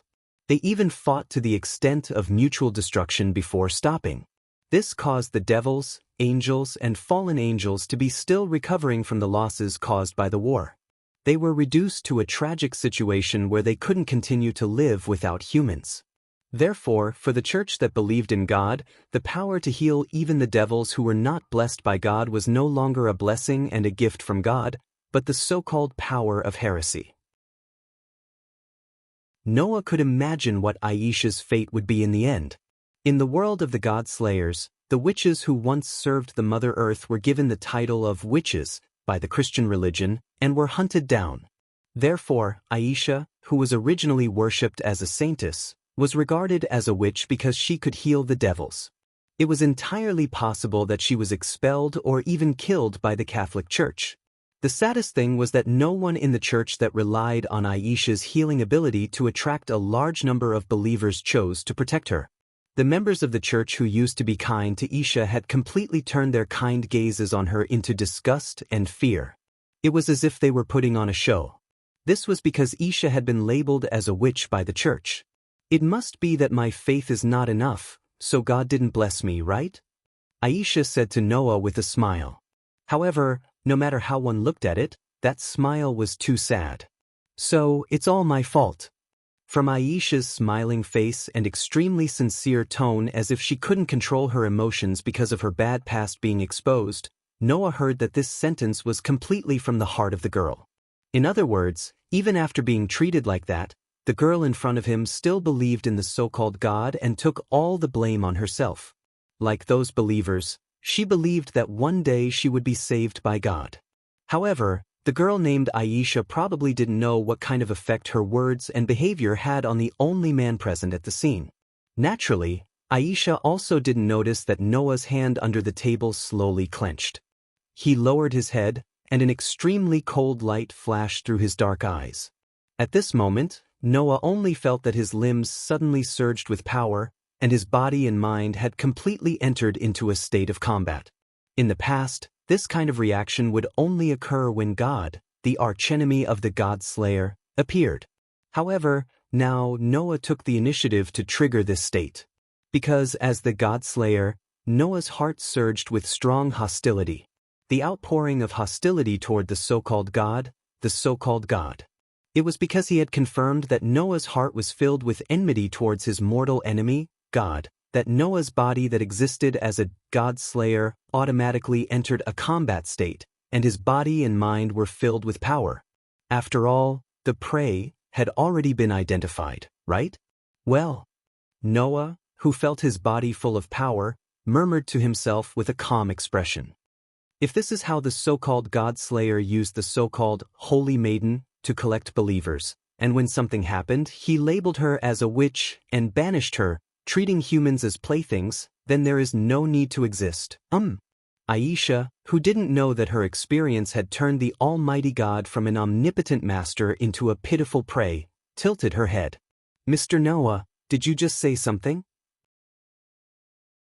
No, nothing, don't mind it. Noah smiled and shook his head. After calmly allowing his body full of power to return to normal, he looked straight at Aisha. So, after being banished by the church, you, who have no other choice, can only choose to seek refuge with the fallen angel? Yes, Aisha's face was gloomy. Because I don't know where I can go, the same sentence, but Noah, who already understood the whole story, heard a different emotion from it. Aisha must be very uncomfortable, right? She was labeled as a holy maiden without permission, became a tool for the church to collect believers, and was kicked off the altar for no reason.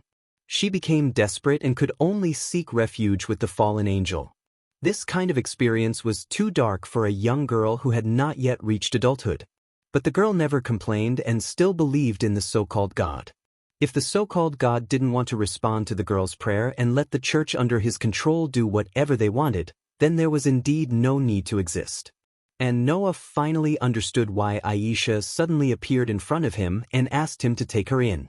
For this kind-hearted girl, the actions of a disgusting priest and a fallen angel like Freddy, who could kill people at will, were absolutely unsightly. That was why Aisha said that she escaped. From the fallen angel. Sigh. Noah couldn't help but sigh. Although he hadn't confirmed whether what Aisha said was true or false, Noah still chose to believe it. The reason was probably because of the pure and innocent look in the eyes of the young woman named Aisha, even though she had met with such a tragic fate. This reminded Noah of the time when he was called a shelter. Those children who bore the same tragic fate and were hated by the world were still innocent. In this case, what reason did Noah have to reject the request of the girl in front of him? I understand. Noah suddenly smiled. If you don't mind, you can stay.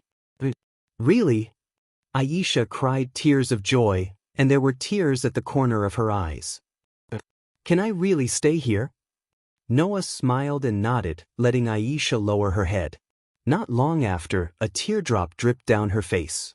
Seeing this, Noah silently came to Aisha's side and patted her back. Sobs slowly echoed in the room and didn't stop for a long time. Chapter 593. Standing at the door, it was obvious that Kitten, who had just returned, was carrying a backpack on her back. However, she cast an extremely sharp gaze in front of her, and a trace of hostility faintly appeared on her doll-like delicate face. Under Kitten's sharp gaze, Isha twisted her body uneasily. She didn't know what to do with her slender hands. One moment she was clutching her clothes, and the next moment she was clutching them tightly together. She appeared to be very flustered, and she cast a pleading gaze at Noah.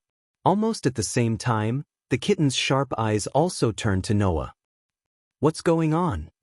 From the kitten's low tone, Noah heard a hint of displeasure and confusion. There was no doubt that the kitten seemed to have a very serious hostility towards Isha, who appeared in Noah's house.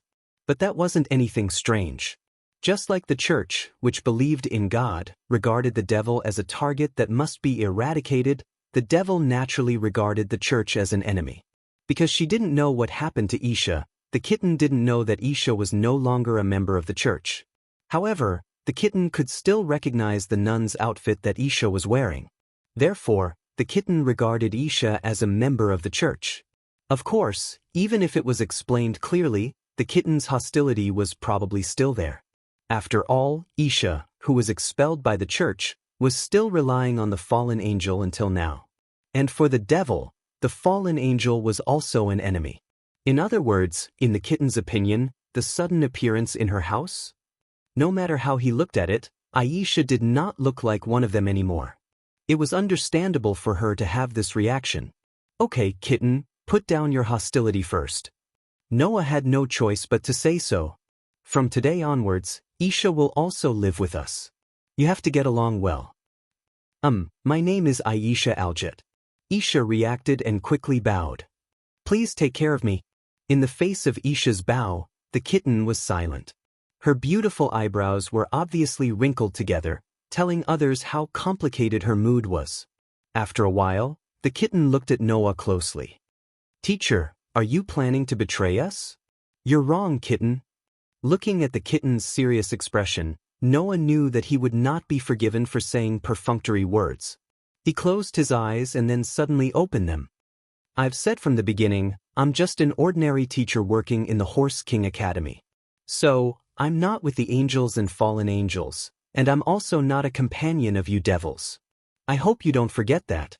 As soon as he said this, the kitten's emotionless face slightly changed.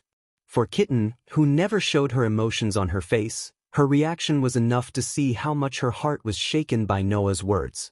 However, what Noah said was not wrong.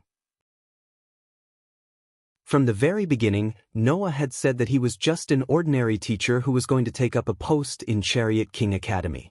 He had no power behind him, nor did he have anyone to back him up. He was completely innocent and had no connections with anyone. That was why Leah was not worried about letting Noah stay in Horse King Academy. However, the kitten seemed to have unknowingly taken Noah as one of her own. In fact, it was not just the kitten. Even Leah was starting to let down her guard against Noah and chose to trust Noah. However, trust was one thing, and choosing a side was another. Noah was just an ordinary human. Even if he was close to the Jumanli's kin, it did not mean that he was completely on the demon's side. This was something that had to be made clear. Otherwise, there was no telling when Leah and her party would feel betrayed because Noah would have a good relationship with another angel or fallen angel in the future if they categorized Noah as their comrade without permission. Demons, angels, and fallen angels. These three factions can fight however they want. It has nothing to do with me. Noah made it clear, almost ruthlessly. I'm on good terms with you demons now, and it's fine if you treat me as a companion. I quite like being with you, but if you restrict me from interacting with your enemies because of that, wouldn't that be too much? The kitten fell silent again. That was because he finally understood how excessive his statement of betrayal was. Kitten, please remember that I don't belong to any faction. I just have a good relationship with the Jamanli's kin. Seeing the kitten's silence, Noah sighed. You are my friends. If you are hurt by anyone, I definitely don't mind getting justice for you. But that's only because of the relationship between you and me, not the relationship between me and the demons. Aisha is also my friend, and she won't hurt you. So why can't I interact with her?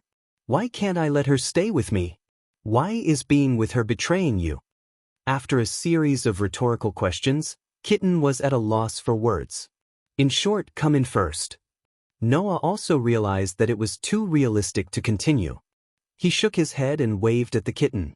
As a cohabitant who is going to live together in the future, you should first understand the reason why Aisha is here before making a judgment. Hearing this, the kitten, who had been at a loss for words, raised her head. Her big watery eyes flashed with relief. After glancing at Aisha, who was looking at Noah emotionally, she nodded and walked into the room. I'm sorry. 10 minutes later, the kitten, who had learned all about Aisha's past from Noah, lowered her head to Aisha and apologized. I didn't know that you had left the angels and fallen angels for such a reason. I'm really sorry for being hostile to you. No, it's okay.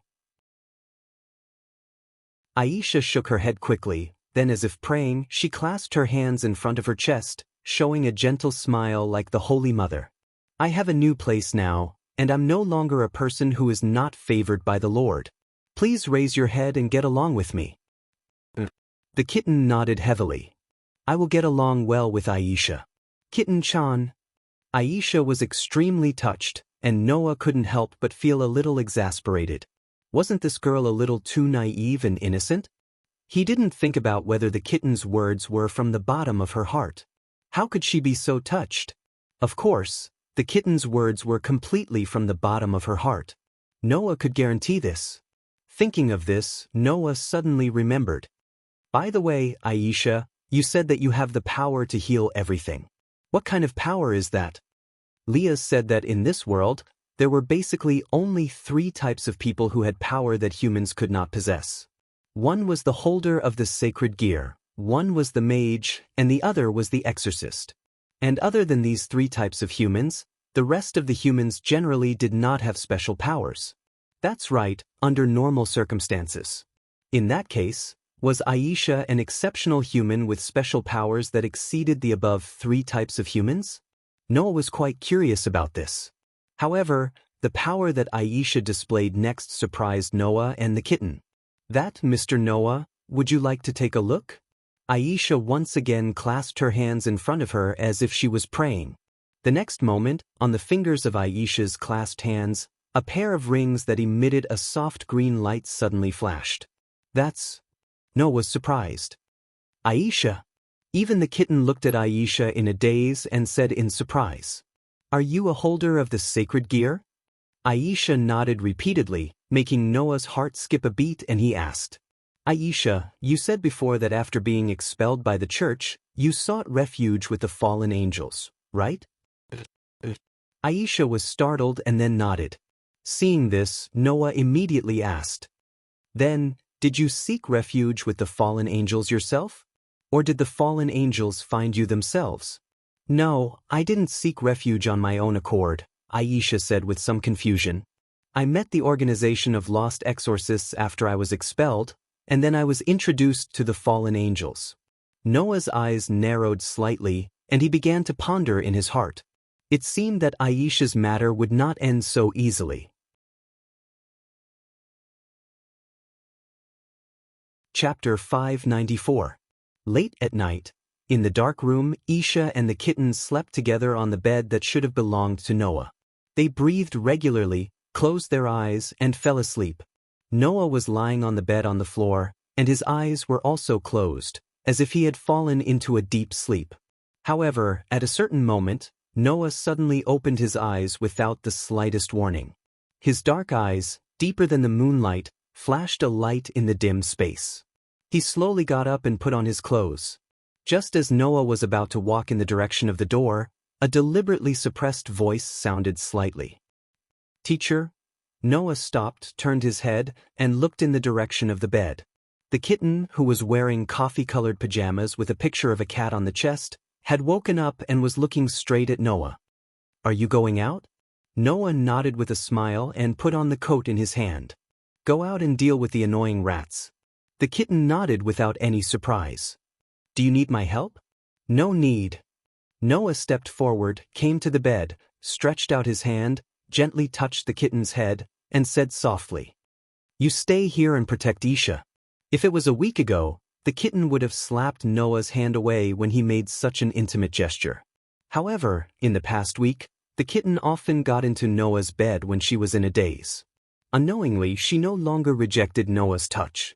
It was like a cat who was wary of humans was gradually tamed and began to show a docile side to her master. Therefore, under Noah's touch, the kitten's face collapsed little by little. Although she did not show an expression of enjoyment, she was indeed very docile. "Then, please hurry up and get rid of those rats that have irritating malice and wake up people who are sleeping soundly. Since even the cat who specializes in catching rats asked me to do so, of course, I will obey." Noah suddenly smiled and waved his hand. "Then I will be back." Leaving these words behind, Noah gently opened the door under Kitten's gaze and walked out. Then he closed the door behind him, returning the dark room to silence once again. The dark night continued on.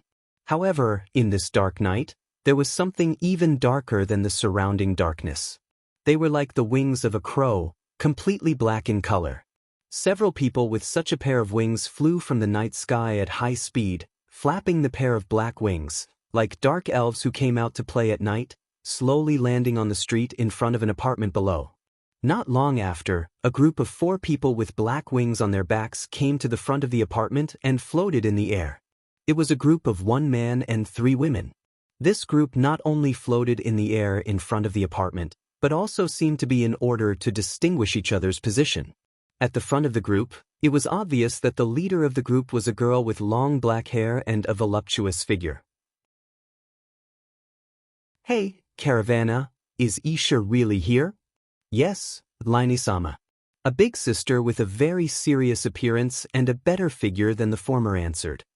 "The trace of aura ends here, so Isha should be here." "But isn't this the place where that useless guy Fred was heavily injured?" The leader named Liney-sama held one side of her face as if she was lying on an invisible bed, and very leisurely continued to ask. "I remember, it was a human? A mere human, only that useless guy Fred would be beaten to the point of running back. Liney, you don't have to mind." A lowly with 2 golden ponytails, who looked to be around 13 or 14 years old, said with a playful tone as if she was making fun of something. "That kind of trash, Liney-sama doesn't need to make a move. As long as I, Middlet, am here, he can forget about touching Liney-sama. There is also me, Donathik." The one who spoke with a deep voice was an uncle wearing a thick overcoat and a round top hat. "Leave the matter of the battle to us. Liney-sama only needs to continue the preparations for the ritual afterwards." Hearing the word ritual, the fallen angel named Liney-sama immediately laughed as if she was intoxicated. "That's right. The most important thing is not a human, nor is it that useless priest, nor is it Aisha. I just need to get the sacred gear in her body, the power called Twilight Healing that can heal everything, and that will be enough." "That's right." Middlet nodded repeatedly in agreement. "As long as we can successfully use the ritual to extract the sacred gear from the nun's body and transplant it into our body, with that kind of healing ability, Liney-sama will definitely be put in an important position by the higher-ups. At that time, Liney-sama's position among the fallen angels will also sharply rise." Caravana echoed. "And we can also rise to the top of the fallen angels.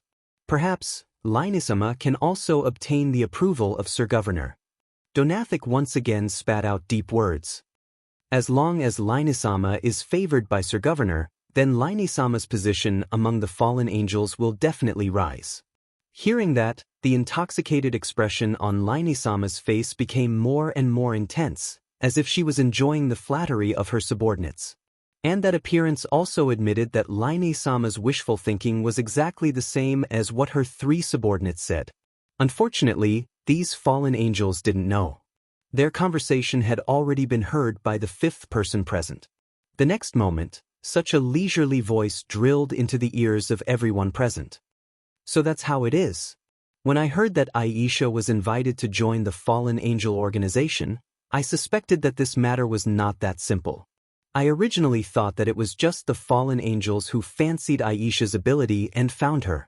I didn't expect there to be such an inside story.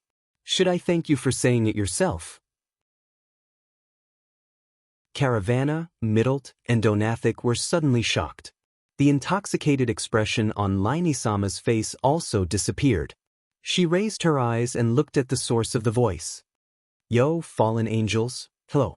Saying such a sentence, Noah sat on the railing at the front of the apartment's rooftop. With one foot still propped on it, he bent his knees in front of him. As if meeting an old friend, he stretched out his hand and greeted the group of fallen angels led by Linisama. This is the first time we've met each other, and it will also be the last time we meet, so I'll say hello to you. The corners of Linisama's mouth suddenly rose slowly, forming a somewhat cruel and cold arc. Who are you? This question doesn't seem to need to be asked. You just need to know that you are the human who defeated Fred, right? Yes, as long as you know this level of information, there is no need to ask about the name, and there is no need to know. Noah spread his hands and smiled faintly. Because I don't want you to keep thinking about me after you die, and I don't have the time to keep remembering the names of some low-level members of the fallen angel. These words directly angered all the fallen angels present, including Linisama. Even if their attitude was high, the four people here were indeed just low-level members of the fallen angel. Therefore, Linisama wanted to get Aisha's sacred gear and climb to the top of the fallen angel. Being exposed like this, how could the fallen angels not be angry? Tiske, you really dare to say it? Middlet shouted loudly. A trifling human, don't think that just because you defeated a useless exorcist, you can put pressure on us. Humans are such creatures. Caravana's voice also carried a trace of anger. Just because you have a little ability, you think so highly of yourself, really disgusting. No matter what, he is just a human. Donathik pressed his hand on his hat and coldly said, Let's quickly deal with him and forget about it.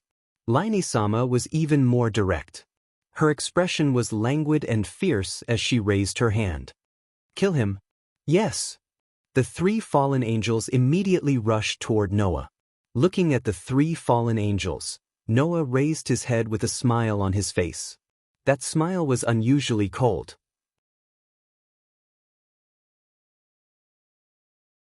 Chapter 595. Like missiles falling from the sky, the three fallen angels named Caravana, Middlet, and Donathik seemed to want to surround Noah, who was leisurely sitting on the railing of the rooftop of the apartment, without giving him the slightest chance of survival. They bypassed the three perfect trajectories and flew down. In the sound of the air vibrating in unison, light particles suddenly condensed in the hands of the three fallen angels, shooting in the direction of Noah, forming a rough-looking spear. It was a spear composed of light. Moreover, it was not the kind of spear used in close combat, but more like a javelin used for throwing. Holding such a spear of light, the three fallen angels suddenly stopped flying. They immediately raised the spear of light in their hands high above their heads and threw it in the direction of Noah. The three extremely powerful spears of light cut through the air, causing a sharp sound to resound in the space in unison. They were like meteors falling from the sky, shooting in front of Noah. Facing the three dazzling spears of light, Noah's figure didn't even move. In the eyes of Caravana, Middlet, and Donathik, it was like Noah had no way to capture the trajectory of the spears of light. He couldn't react at all. Suddenly, a mocking expression appeared on the faces of the three fallen angels. However, in the next second, when the three dazzling spears of light mercilessly fell on Noah's body, the mocking expression on the faces of the three fallen angels completely froze. Bang, bang, bang. Like fireworks that were suddenly detonated, the three sharp spears of light fell on Noah's body. Not only were they unable to leave the slightest trace on his mortal body, but they also seemed to have hit something extremely solid. They directly exploded, scattering light all over the sky. Calavana, Middlet, and Donithic's expressions changed dramatically. Wadash! Seeing this scene with her own eyes, Linari, who was still floating in the air like lying on an invisible bed, suddenly got up. Her pair of eyes suddenly widened, and she screamed. Impossible! Impossible? Noah, who was sitting on the balcony railing of the apartment building, smiled indifferently. These are your last words? It's quite concise, isn't it? After speaking, Noah still didn't move, but a burst of terrifying magic power suddenly burst out from his body like a wave, spreading in all directions. In the next moment, around Noah's body, a gorgeous magic array quickly rotated and emerged from the space. It was like a turret aiming at the three fallen angels in the air, Calavana, Middlet, and Donithic. Seeing that it's rare for you to perform a standard throwing kung fu, although it's a bit boring, I'll return a magic cannon. Under the shocked gazes of the three fallen angels, Noah sneered coldly. Don't worry, I won't use my full strength. After speaking, the gorgeous magic arrays that covered the space around Noah suddenly flashed with a faint light. In the vibration of the air, they gathered the magic power that rose from Noah's body. Then, a beam of magic power soared into the sky and burst into the sky. Like a flash, it drowned the relatively small bodies of Calavana, Middlet, and Donithic. In the screams that resounded through the sky, the low-level members of the three fallen angels were directly drowned by the flash of magic power. They were annihilated in the light of magic power that was full of terrifying impact. As if they had never appeared, they completely disappeared from this world. The gorgeous magic arrays that covered his body began to dissipate. The terrifying magic power that rose from Noah's body also gradually converged. This part of the world once again returned to its state of silence. However, the atmosphere that permeated the air was no longer heavy. Instead, it was as if they were in the depths of hell. Impossible! After witnessing her three subordinates being completely annihilated in less than 10 seconds, Linari no longer had her previous leisurely appearance. Only fear filled her heart, causing her face to become incomparably pale. This is impossible. It's impossible. How can a human eliminate three fallen angels in one move? You still have that disdainful sense of racial superiority? Noah, who didn't move from the beginning to the end, only raised his eyes and looked at the trembling Linari in front of him. His gaze was so calm that it made one's scalp numb. That's why you can take advantage of a girl who clearly did nothing wrong without any sense of guilt, right? Noah couldn't help but recall the reason why Isha came to him. Because I don't know where I can go, yes. She didn't know where she could go. But in the end, Isha chose to come to Noah and even begged Noah to take her in. Isha didn't even know a little about Noah. Before today, she didn't even speak a word to Noah. Her impression of Noah was only that Noah could easily defeat Freddy and mercilessly kill him. She didn't know anything about such a person, and her first impression of him was very cruel, yet she chose to rely on him. One could imagine how helpless she must have felt at that time. After all, if she made the wrong choice, she would be doomed eternally. Fortunately, Isha met Noah. If Isha had met an unsympathetic person who coveted Isha's beauty and took her in, what would have happened to her? She didn't even need to think about it. In the end, Isha still chose to come to Noah. It wasn't that Isha was naive enough to believe that there was no bad person in the world, but she really had no other choice. The one who forced Isha to this point, other than the church, was the fallen angel who coveted the sacred gear in Isha's body. Just because someone's body carried a completely unwanted but useful power, she completely squeezed out the value of this person, even at the cost of her life? In the world of Black Bullet, what was the difference between those trashy humans who kept saying that the cursed child was the hope of humanity and asked them to give up their lives to fight for it, yet they openly accused the other party of being a monster? So, you have succeeded in pissing me off. With a bone-chilling ruthlessness, Noah reached out his hand to Linari, who was floating in the air in front of him. I heard that the fallen angels used to be angels that served God. Because they had evil thoughts that they shouldn't have, they fell and became fallen angels. Then, if I can let you return to the embrace of the Lord you used to serve after killing you, you should be grateful to me, right? As he spoke, a dazzling magic array appeared in front of Noah's palm. The mana radiating from the array illuminated Noah's cold eyes. But I still want to say, you don't have to thank me, just don't let me see you again. Hearing those words and feeling the terrifying mana rising from Noah's body, the fear in Linari's heart finally erupted. Ah! While screaming hysterically, Linari ran in the opposite direction from where Noah was and ran for her life. Looking at Linari, who was running away at the fastest speed in her life, the beautiful magic formation in front of Noah's palm suddenly spun. Bang! In the next moment, along with the dull sound of a gunshot, a magical light beam carrying a scorching heat tore through the air and blasted towards Linali. In just a few moments, it caught up with Linali and engulfed her figure. Boom! Under the pitch-black moonlight, a gorgeous beam of magic power exploded in the air, stirring up strong winds and bright flames, illuminating the horizon. As for fallen angel Linari, she had already set up her subordinates' footsteps and silently vanished into thin air, vanishing into thin air. Noah's pitch-black eyes reflected the colors of the flames in the air. He slowly withdrew his mana while looking at his hand and smiled helplessly. After becoming a god-slayer, the already foul mana has become even more out of the norm. After processing the mana, the magic that is shot out can no longer be used as a bullet, but as a cannon? If Qingzi knew, he would probably feel that it's unfair, right?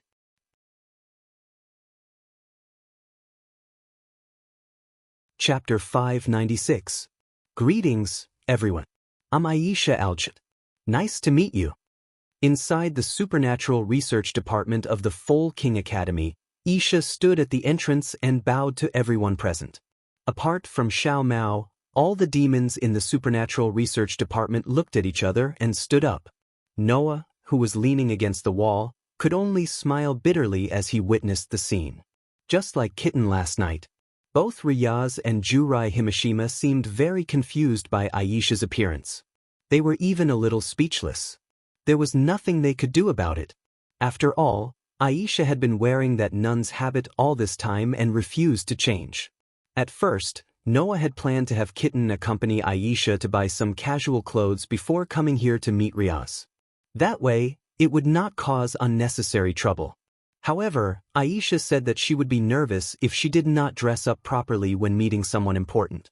As it turned out, the so-called solemnity was referring to the nun's habit, which led to this scene. On the other hand, Aisha herself did not seem to know what she did wrong. She did not get the response she expected and was at a loss as to what to do. She kept looking at Noah for help, and Noah did not know whether to laugh or cry. However, before Noah could say anything, Ryaz spoke. Teacher Noah. Crossing her arms and leaning against the luxurious desk, Ryaz asked with her eyes closed. Can you please explain the current situation? I've already explained it once last night. So, let's just wait for Kitten to report it to you so that I don't have to say it again. Noah sighed. Of course, I can still tell you the purpose of this meeting. Purpose? Ryaz and Jurai Himashima looked at each other before asking. So, you're saying that you brought this nun here because you need my help? Well, that's it. Noah did not beat around the bush. After glancing in Aisha's direction, he said to Leah, Actually, I want to ask you to help Aisha with the enrollment procedures so that she can study at Full King Academy. Huh? Leah exclaimed in shock as she looked at Noah in disbelief. You mean you want the church's nuns to come and go freely in my territory? Not to mention Leah's, apart from Kitten who knew what was going on, Jurai Himashima was also completely confused, but she still spoke very politely. Teacher Noah, are you serious? It was no wonder that Zhu Naiji would ask this question. After all, it was hard to imagine that a member of the church would be able to freely enter and leave the demon's territory and study in the Full King Academy. After all, demons and the church were mortal enemies. Aisha's identity isn't a problem. Kitten will explain it to you later. Noah felt that it was too troublesome to explain, so he went straight to the point. I just want to say that Aisha is the same as me. She doesn't belong to any faction, so you don't have to worry about that. Just tell me if I can let Aisha study in Full King Academy regardless of her identity.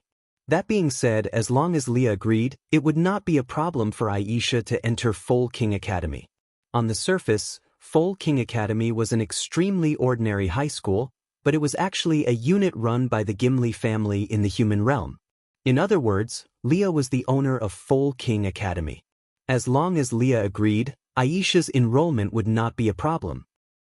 I want to ask you for a favor as well. Aisha nervously tapped her fingers and spoke timidly. If Mr. Noah and Kitten are here, then I'd like to be here as well. So, please. With that, Aisha bowed deeply again, and Leah's frown deepened. It seems that a lot of things have happened in places I don't know about. With that, Leah thought about it for a moment before nodding. All right. If we don't consider her identity, it's not a problem for her to enroll in the academy. An elated look appeared on Aisha's face upon hearing this. Really?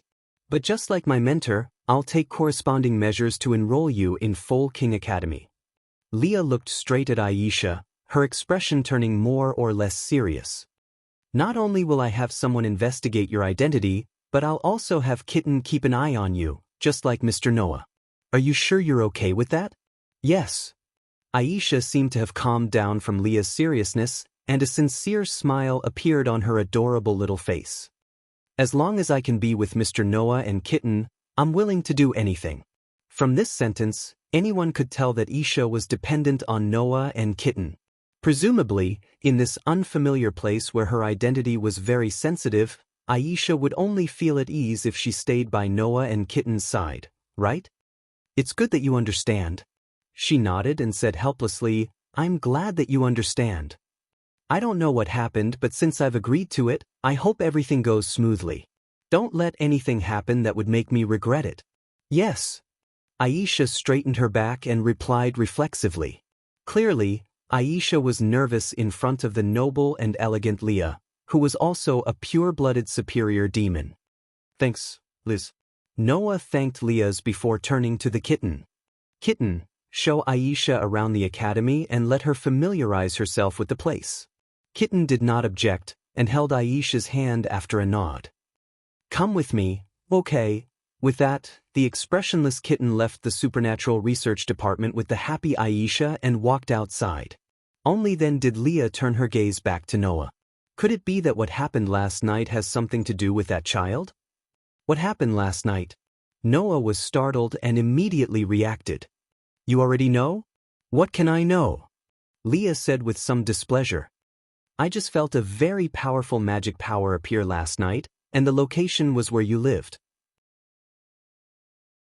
If it wasn't for Kitten not contacting me, I would have gone to the scene last night to check it out. Last night, Noah's 2 magic cannons directly wiped out 4 of the fallen angels' low-level personnel. Although it was just a simple magic trick that was fired after processing magic power, Noah's magic power was out of the norm. The simplest magic trick, whose power was directly linked to the amount of magic power, was much more powerful than other magic tricks. Even Noah could no longer call it a magic bullet, but a magic cannon. That being the case, how could Leah not have noticed the huge commotion last night? He didn't go over to check it out directly. Presumably, it was because that place was where Noah lived, and the Kitten was also there. Well, a lot of things did happen on my side. Noah very irresponsibly threw the job of explaining away. Kitten will report it to you anyway, so I won't say much. You can just ask her. Don't you think that's a little too clean? Leah smiled bitterly. Kanna must have sensed the commotion last night, but she didn't move because she sensed that I didn't go there. But soon, she should come directly to me to ask about what happened, right? As soon as he said that, someone knocked on the door of the supernatural research department. Jurai Himashima was the first to react. Come in. The door of the supernatural research department was immediately pushed open by a hand.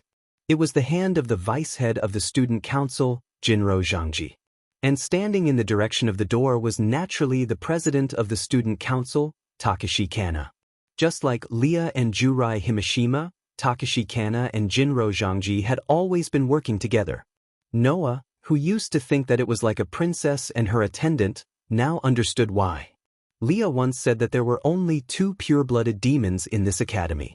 One was Leah, who was from the Gimli family. As for the other one, there was no doubt that it was Leith's childhood sweetheart, Joshua Kangna.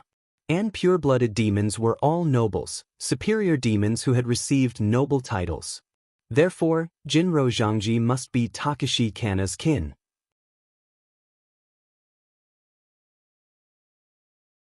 Chapter 597. Seeing Kangna and Jinro Zhangji enter the room, Leah's could not help but show a perfect smile. I was just talking about you, and you're here already. You're still as serious about things that can't be taken lightly. Since I have already said that this is a serious matter, it would be foolish to not take it seriously. Kangna Ji smiled slightly. After he turned his gaze to Noah, the smile on his face became even wider. It's been a while, teacher. This is the first time we've met as demons, isn't it? It's just that the famous president of the student council is too busy to pay attention to an idler like me who can only stay in the infirmary. Noah shrugged. But, Kangna, shouldn't you introduce yourself to me again? You're right. Otherwise, it would be rude to you, teacher. Chokchang Na folded his hands in front of him and slowly bowed to Noah. After bowing, he straightened his body and looked at Noah. My real name is Kangna Sidi, the next leader of the Sidi family, a pure-blooded demon family in the underworld. You can call me Kangna as well, teacher. So you're a descendant of a noble as well. Noah smiled helplessly. Well, I'm not as famous as you and Laius, and my name is real. As for the rest, you should know everything from Laius, right? I can only say that I know everything that Lias knows, and naturally, I don't know anything that Lias doesn't know. Kangna closed his eyes and said with a deeper meaning, I'm also waiting for the time when teacher is willing to tell us his true identity. Noah pursed his lips when he heard that, but he did not say anything else. There was no need to think about it. Both Laius and Kangna were still doubtful about Noah's origins. It was not that Lias and Kangna suspected that Noah had sneaked into the academy with ulterior motives. They just thought that Noah's identity was definitely not as simple as he said. The most direct question was, since Noah was a magician and sorcerer, where did he learn his magic tricks and spells? If he could learn something similar to a demon's power, he could not be just a normal human. Of course, Noah could also come up with a popular story in a certain country. For example, he was walking on the streets when a beggar suddenly took out a book and sold it to Noah for $10 each. In the end, after Noah bought it, he found that it recorded magic. However, using that story, Noah might as well say that he was unlucky enough to fall off a cliff somewhere, survived, and picked up a book that recorded magic, peerless martial arts. That was how he became a mage, peerless martial arts. That way, he might be able to gain more trust. From Leah's and Kana's point of view, there would be no books that recorded magic, no matter where the beggars were or where the cliffs were. Speaking of which, this is really strange. Kangna looked around the supernatural research department and asked in confusion. Only Leah's and Junai are left in the department? What about Kitten and Dumba? They all have their own missions now, Leah's replied helplessly. I also realized that it's only me and Junai in the department recently. We're starting to run out of manpower. Then, how about taking in a few more dependents? Kangna suddenly smiled. You should have a lot of chess pieces on your side, right? A lot. Leah shrugged. But Leah's Jimenez, won't simply hand over my chess pieces just because I want more manpower. If there's no suitable candidate, I won't simply perform demon reincarnation. Kangna nodded as if she agreed with Leah's point of view. Noah, who heard the conversation between Leah's and Kangna, remembered about demon reincarnation. As mentioned before, after the Great War between the three factions of demons, angels, and fallen angels, each faction had to rely on humans to survive due to excessive losses. Among them, after the war, many of the pureblood 72-pillar families were directly cut off and destroyed in history, greatly reducing the number of pureblood demons. In order to increase the combat power of demons and increase their population, Beelzebub, one of the current 4 demon kings, developed a technique to use chess pieces to reincarnate demons from other races. The technique was called evil piece. It was a technique that used chess in the human world as a model to create chess pieces and provide them to superior demons so that the superior demons could use them on creatures from other races, thereby allowing them to reincarnate as demons and become their own dependents and servants. There were a total of 6 types of chess pieces: king, queen, castle, rook, knight, bishop, pawn. Among them, there was only 1 king and 1 queen, 2 rook, 2 knight, and 2 bishop, and 8 pawn, which was the most basic pawn. Moreover, each chess piece had the characteristics and different values to bestow certain abilities to the reincarnated dependents. The king was a superior demon who had obtained the evil piece. It had the ability to reincarnate other creatures into dependents, and its combat ability depended on the individual. The queen had the abilities of all chess pieces except for the king and pawn. Its value was equivalent to 9 pawns. The rook would be endowed with super high attack and defense, and its value was equivalent to 5 pawns. The knight would be endowed with excellent speed, and its value was equivalent to 3 pawns. The bishop would be endowed with magic talent and ability, and its value was equivalent to 3 pawns. Pawn, on the other hand, had the ability to be promoted to any pawn other than king in the enemy's camp when he received the permission of the king. He could obtain the ability of that pawn and change it at will, including queen. Of course, as pure-blooded superior demons, Lilith and Canna were both kings. Needless to say, Jurai Himajima and Juhaim Shinra, who served Lias and Canna all day long, were the most valuable and powerful queen. As for the other chess pieces, Noah did not know about Canna's side. But as for Lilith's side, Noah remembered that the kitten was a rook, and Shiba Yudo was a knight. That was why the kitten had such monstrous strength, and Shiba Yudo's speed was also outstanding. No matter what, as a pure-blooded demon family, if you don't have powerful dependents that can match your status, it will affect your reputation, won't it? Canna glanced at Lilith. Especially since you are a special case. Even if you only represent a pure-blooded demon family now, you will soon have the reputation of a pure-blooded demon family added to your name. That has nothing to do with you. The smile on Lilith's face, which had been extremely noble and elegant all this while, seemed to have frozen. It disappeared in an instant, and her tone became gloomy. You're here to ask about what happened last night, right? Song wasn't surprised at all by Leah's sudden change in attitude. He nodded and walked up to Leah's, who had a rather sour expression on her face, and started talking to her. Noah, who had clearly seen Lilith's reaction, looked at Kajima Janai, who also had a complicated expression on her face. He hesitated for a moment before asking tentatively, "What does that mean?" Ji Dao Junai shook his head, forcing a smile as he said this. Sometimes, being born into a noble family is not necessarily a good thing. Upon hearing that, Noah shut his mouth and did not ask any more questions. It seemed that Lilith had a story too.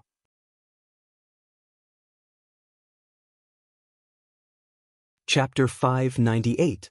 Aisha seemed to be very happy about being admitted to Full King Academy. Apart from the one time she showed up at the infirmary under Kitten's lead, she spent the rest of her time with Kitten, wandering around every corner of the academy. Noah even heard that under Kitten's invitation, Aisha even joined the first-year girls' physical education class and sat in on the first-year class. Noah didn't know how Kitten convinced the teacher to allow Aisha to attend physical education class and sit in on the class. Noah only knew that under such circumstances, Aisha and Kitten were together all day long. They didn't even wait for Noah after school and went straight home together. Seeing how close Aisha and Kitten were, Noah really couldn't imagine the terrible atmosphere when they met last night. But what was even more unimaginable was that a nun from the church would hang out with a demon, right? Seeing how happy Aisha was, Noah had no choice but to let Kitten take the little nun and run around. On the other hand, there were some problems on Leah and Kanna's side. It was mainly reflected in 2 aspects. One was Kanna's attitude towards Noah. No, it should be said that Kanna cared about Noah a lot. Maybe it was because Kitten told her the reason why Noah killed the 4 fallen angels who had set their sights on Aisha. Kana started to pay attention to Noah. To be more precise, it was Tsang Na who noticed Noah's battle prowess. To be able to kill 4 fallen angels without suffering a single injury, and to be able to sense a huge amount of mana last night, Kana believed that Noah's strength was at least at the level of a superior demon. In other words, Noah's strength should at least be on par with Leah and Kana's. If that was the case, Kana would definitely pay more attention to Noah. A mage who was at least as powerful as a superior demon was enough to threaten Laius and Kana. While Leah had begun to trust Noah, Kana didn't. However, Noah didn't show any signs of attacking anyone in Full King Academy, nor did he show any intention of doing anything. That was why Kana suppressed her suspicions for the time being and only paid attention to Noah. People with great power attracted attention easily in the first place. That was why Kana's change was understandable. On the other hand, there was the problem with Leah. There was no telling what Kana's words in the supernatural research department meant, but Kana's words did awaken some unpleasant memories in Leah's heart. Those memories seemed to be hidden deep in her heart as if she was avoiding them. And yet, Laius's childhood sweetheart, Tsang Na, dug it out instead. Perhaps it was because Kana was reminding Leah to stop running? But that did put Leah's mood today. According to Jurai Himashima, Leah had been spacing out many times throughout the day and appeared to be very absent-minded. Noah kept that in mind and didn't poke his nose into other people's business. Chapter 497. Alim. After a while, Noah told Erica and Liliana about how he met Athena last night, followed her here, discovered those evil magicians and came to this ruin. After understanding the whole story, Erica and Liliana fell silent almost at the same time. They looked at the evil magicians lying on the ground with hostility in their eyes. What a loss of composure! Liliana expressed her inner emotions directly. Although the losses caused by the battle between the 2 kings made the magic societies in Italy focus most of their attention on the crater, which is why they didn't discover the petty tricks of these despicable people, none of the magic societies discovered the situation here. It's really a loss of composure on the part of the magic societies in Italy. There's nothing we can do about it, Lily, Erica analyzed calmly. After all, Italy is basically controlled by various magic societies in secret now. Even if there were any ruins, they would have basically discovered them. Who would have thought that there would be undiscovered ruins hidden in this place? Or maybe someone discovered it but didn't explore it, right? Noah made sarcastic remarks as if it had nothing to do with him. Although they are all magic societies in Italy, there is also a hostile relationship between the Copper Black Cross and the Bronze Black Cross. It's impossible for all the magic societies in this country to be united. This ruin might have been discovered by some magic society, but in order not to attract the attention of other magic societies, they haven't found the opportunity to explore it.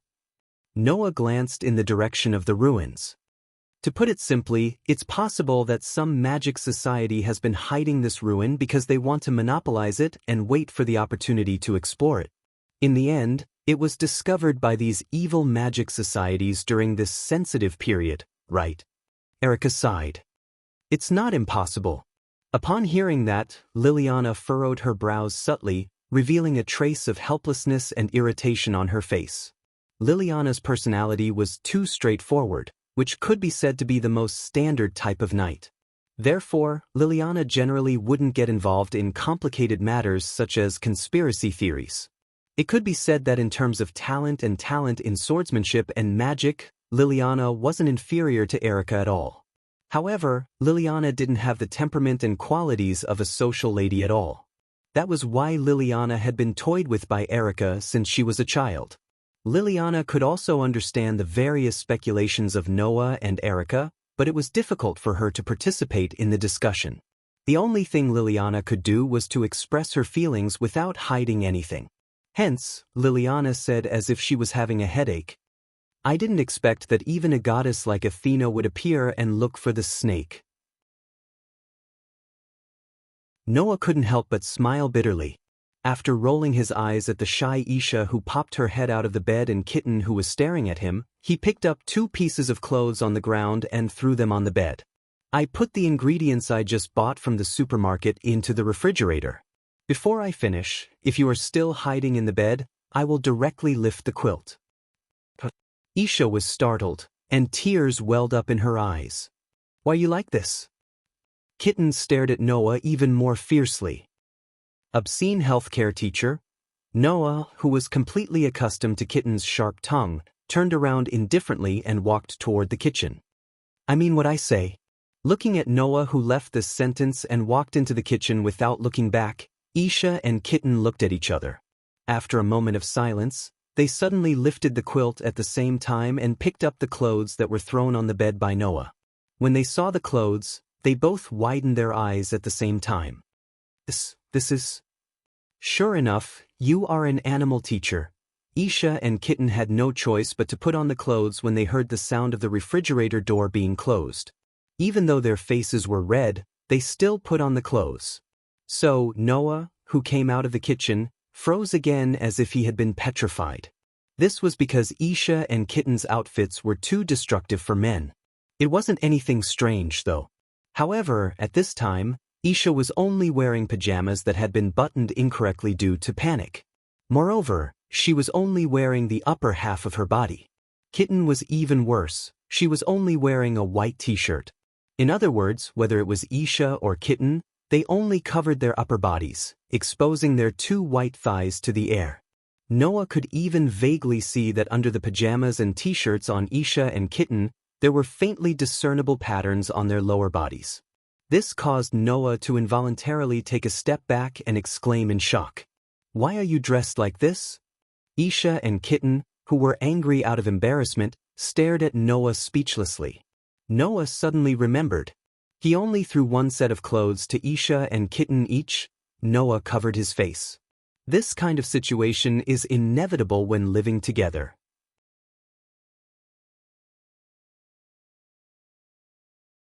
Chapter 599.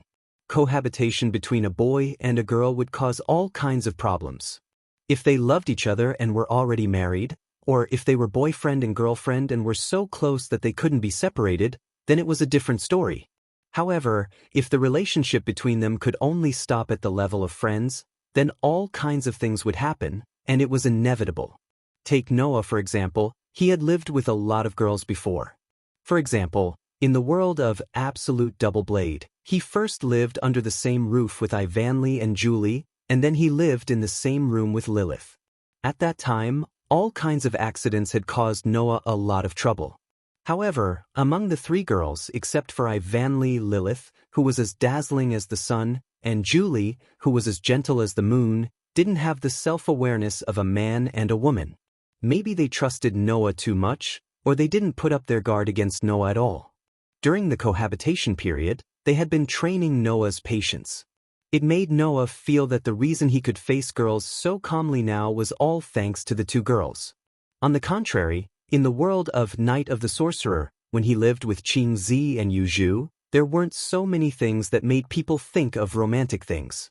First of all, the area of Juyuan Temple was too big. Even if they lived in the same mansion, if they wanted to meet, it was similar to visiting the neighbor's house.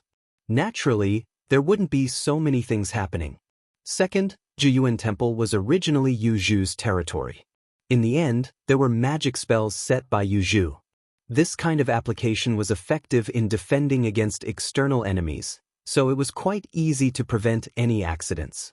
So, at this moment, Noah finally faced the various problems of cohabitation between a man and a woman that he hadn't faced in a long time. Especially Isha, she seemed to have an excessive attitude of gratitude towards Noah for taking her in. Coupled with her pure and kind nature, sometimes with just a few words, she could make Noah speechless. For example, this night, is this really okay? After the lights were turned off, Isha, who had put on her pajamas, laid on the bed and looked at Noah, who was sleeping on the ground. Her voice more or less carried a trace of guilt and uneasiness. You gave the bed to a person like me, but you slept on the ground. I'm really sorry. Next to Isha, Kitten also put on her pajamas and laid on the bed. After hearing Isha's words, although she didn't say anything, she still stuck her head out of the bed and stared at Noah with a pair of beautiful eyes that could be seen clearly even in the night. Seeing this scene, even without asking, Noah knew that Kitten must have the same thoughts as Isha. Moreover, it wasn't just a day or two of them. After all, Kitten was very bad at expressing her emotions, just like Noah's other cohabitant, Julie, or even worse. At least Julie could stick to Noah's side without hesitation when she wanted to express her goodwill. Kitten, on the other hand, seemed to be completely exhausted in this regard. Even if there was something, she would choose not to say it out loud. Instead, she would hide it in her heart and silently let it pass. So, even if she had the same thoughts as Isha, Kitten probably wouldn't say it out loud, right? You don't have to worry so much. After all, I'm also a man. I can't let a girl sleep on the ground, right? Noah, who already had some understanding of Kitten, smiled knowingly, lying on the bed that covered the ground, and shook his head. Besides, don't look at me like this. I've tried to sleep in the worst environment in the past. Even in the mountains and forests, when it was raining heavily, I just found a tree and leaned against it to sleep. Now that I have such a place to sleep, it's already very good. That's too pitiful. Isha's compassion seemed to be awakened. She couldn't help but clasped her hands in front of her chest and prayed. Lord, please bless the kind and pitiful Mr. Noah. Oh! When Isha prayed, Kitten's brows immediately frowned. I feel so uncomfortable. Isha only then reacted and smiled embarrassedly. I forgot that Kitten is a demon. Hearing this, Noah couldn't help but laugh. For demons, the god in the Bible was the absolute enemy. Therefore, Isha praying in front of Kitten like this, of course, Kitten would feel uncomfortable. Fortunately, Aisha was asking the so-called Lord to bless Noah. If she was asking the Lord to bless Kitten, Kitten might have been hurt a little, right? Besides, even if she prayed for Noah instead of Kitten, Noah probably wouldn't receive the so-called God's blessing, right? God was like humans to locusts. They felt that demons were harmful and must be eradicated. And God to the God-slayer was like humans to a tiger. It was no longer a level of harmlessness, but a level of non-life-threatening danger. This was the real threat. Under such circumstances, if the so-called God knew of Noah's existence, not only would he not bless Noah, but he would also curse Noah. Okay, you guys can sleep peacefully. Immediately, Noah said with a chuckle. I don't think there's anything wrong with this. You guys don't have to worry about me. Is that so? Isha was startled, then she thought of something and became a little shy. How about Mr. Noah also sleep with us? Noah, who had a knowing smile on his face, after hearing this sentence, the expression on his face completely froze and he fell into a state of speechlessness. This way, everyone will be able to sleep comfortably, right? Isha seemed to have realized how ambiguous her words were. Her pretty face turned red and she hurriedly explained in a panic. Kita-chan also thinks that this is better, right? However, the small cat made such a sound. Rejected. Aisha immediately lowered her head in dejection. Seeing this, Noah laughed bitterly. Okay, go to sleep, you still have school tomorrow, really? Isha and Kitten both nodded in unison. At this moment, a small red magic circle suddenly appeared beside the kitten's ear like a headset covering one of its ears. Kitten was stunned at first, then she reacted, straightened up, and began to speak to the magic circle. Is this Senior Junai? Surprisingly, it was a small convenient magic circle used for communication. Kitten began to whisper to the magic circle beside her ear. After a while, she wiped her ear and cancelled the appearance of the magic circle. At the same time, Kitten's face also showed a serious expression, looked at Noah, and said this sentence in front of Noah and Isha. The minister is gone. In the silent night, outside the gate of the empty Komoy Academy, Noah slowly walked from afar.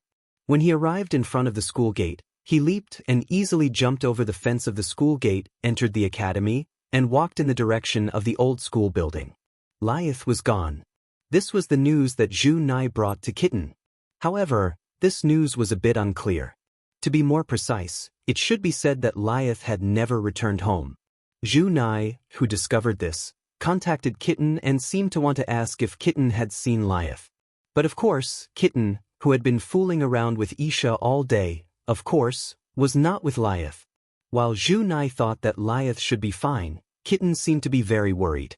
To ease Kitten's mind, Noah came to Komoy Academy to see if he could find Lyeth. Noah's intuition told him that Lyeth should still be in the academy.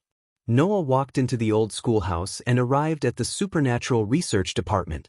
He gently opened the unlocked door of the Supernatural Research Department and cast his gaze inside. Noah noticed it at first glance. Beside the window of the Supernatural Research Department, a beautiful figure with red hair fluttering in the wind stood there, leaning sideways against the window, looking at the night sky outside. Her pretty face under the soft moonlight showed a pitiful and helpless feeling. As expected, Lyeth was still in the academy.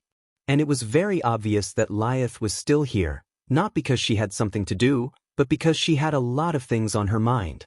Noah had already vaguely noticed this possibility. That was why Noah felt that Lyeth did not go home.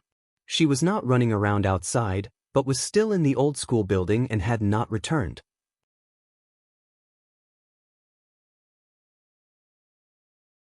Chapter 600. To be honest, this was the first time Noah had seen Leah's pitiful and helpless look. In the past, Leah gave Noah the impression that she was a person who had received an advanced education. Her every move carried a kind of majesty and elegance, and no one could find fault with it. After all, in the evil piece, Leah was the king. And Leah's every action and action did not disappoint her position as the king at all. She was smart and capable, and sometimes even made people feel that she was the next leader of a pure-blooded noble among the demons. She was impeccable. But at that very moment, the Lyeth in front of Noah was no longer a smart and capable young lady of a noble family. Instead, she was just an ordinary girl who had fallen into a heavy heart. It was hard to believe that such a strong person had become so weak. It was because of this disbelief that no man could stand by and watch Leah in front of him, right? At least, that was the case for Noah. At once, Noah closed the door of the Paranormal Research Department and approached Lyeth, who was looking out of the window, and spoke softly. Leah? Although his voice was soft, in the silent and dark Supernatural Research Department, Noah's call was still quite harsh. However, Leah did not seem to notice Noah's voice at all. She did not even notice Noah's approach. She just looked out of the window in a daze. Her eyes were even a little unfocused, and she had completely fallen into a state of absent-mindedness. If Noah really had any bad intentions toward Leah, he could definitely kill her with a single blow right now, right? Is Lyeth really troubled to this extent by her worries? Noah frowned slightly, reached out, and put his hand on Leah's shoulder. Leah, it's time to wake up. Leah immediately let out a cute cry of surprise after being woken up without warning. She quickly came back to her senses and quickly looked behind her. When she saw Noah, she was slightly stunned and surprised. Why are you here? Shouldn't I be the one asking you that question? Noah's frown deepened. It's already so late. Why are you still here? Late? Leah looked out of the window in confusion, and when she saw that the sky outside was completely dark, her expression became even more surprised. It's already so late? Didn't you notice the time? Noah was a little surprised. What are you so lost in thought about? And nothing. It was only then that Leah realized what was going on. After adjusting her emotions, she showed Noah her usual noble, elegant, and heroic smile. You're here for me, teacher? Thank you very much. Seeing that Leah had returned to her usual self, Noah did not feel relieved. Instead, he sighed. The way you look now only tells me that you're trying to be brave. What? The smile on Leah's face changed slightly. She turned her back to Noah, as if she did not want Noah to see her expression. I'm not trying to be brave. It's just that you're too worried, teacher. I'm fine. I'm just worried. Noah shook his head and went to the other side of the window. He leaned against it and stood on the left and right side of the Supernatural Research Department's window. Then, he turned and looked at the night view outside. But those cute family members of yours are not just worried. They're very worried. Leah fell silent all of a sudden. Clearly, she knew that if she continued to hide it, she would really be trying to be brave. The surroundings suddenly became quiet, and the atmosphere in the supernatural research department became a little strange. Not long after, Leah suddenly spoke. "Do you think it's good to be born into nobility, teacher?" Leah's words reminded Noah of what Jurai Himejima said in the morning. So, Noah replied to Leah's question with what Junai Himeshima had said to Leah's. Sometimes, being born into nobility isn't necessarily a good thing. You're right. Leah's expression became a little bitter, but it quickly turned into a somewhat illusory, gloomy face as if she was going to go far away. However, I don't think it's a bad thing that I was born into the Gemengli family. In fact, I'm very grateful that fate allowed me to be born into the Gemengli family, allowing me to have a loving family and endless glory. Is that so? Noah glanced at Leah as if he wanted to see through her heart. Do you really think so? Yes. Leah's nodded heavily and looked out of the window. But if it's possible, I hope that people will remember that I'm still Leah while bearing the name of Gimli. The meaning behind her words was obvious. Noah didn't know how famous the Gimli family was or how high their status was. But being born into such a family, Leah's brilliance would inevitably be overshadowed. When people saw Leah, they would only say, "That's the next head of the Gimli family," and not, "That's Leah." Just like how Noah and Laxus were looked at through colored glasses because they were Makarov's grandsons, Leah must have had the same experience. When she did something outstanding that ordinary people couldn't achieve, people would think that since she was born into such a special family, it was natural for her to have such achievements. If she didn't have any outstanding achievements, people would look at her with contempt, thinking that it was a stain on her noble birth and that she didn't deserve to have such a status. Laxus became neurotic because of this. Leah wasn't as extreme as Laxus, but she still felt pressured. I'm proud to be a member of the Gimli family. Leah smiled bitterly at Noah with a puzzled expression. So, I don't want the name Gimli to burden me. Do you understand, teacher? Since you're born into a noble family, sometimes there are many things that are beyond your control, Noah said faintly after a moment of silence. The most common example is being unable to decide who you're going to marry, right? This sentence made Leah lower her head and bury her pretty face under her red bangs, covering all her expression. In response, Noah just smiled abruptly. Actually, I'm also engaged, and I have 2 fiancés. Leah's ears twitched slightly as if she was reacting to Noah's words. They've liked me since they were young, but I've never responded to this. It wasn't until recently that we finally got married and made a promise to each other for a lifetime. At that time, I really thought that the marriage was quite beautiful, and I wanted to make this marriage a beautiful one. As if he didn't see Leah's expression, Noah began to speak, minding his own business. A lifetime of mutual consent isn't just something that girls can dream of, it's also an extravagant hope in the heart of anyone who has a longing for love. And to be able to promise a lifetime with the person whose heart is closest to yours, that marriage is undoubtedly a happy one. Everyone wants it. With that said, Noah sighed. However, an unconsensual marriage isn't burdened with the vision of the future, but with the heavy burden of reality. No matter what the purpose is, it will only be a kind of hurt. Just take it as a teacher's advice for your life. Noah smiled at Leah. Don't be blinded by the surname Gimli. You just have to be Leah. And if you let go of the disadvantages of the surname, you must also let go of the benefits of the surname. What the family gives you is often something that you can only accept unilaterally. So, if you want something, you have to fight for it yourself. Leah almost couldn't help but say this. But isn't my strength limited? Then, can't you not fight alone? Noah replied matter-of-factly. Aren't there many people around you who can lend you strength? Leah fell into deep thought. Noah didn't disturb Leah. He just smiled and looked at the night view outside the window. The night passed just like that.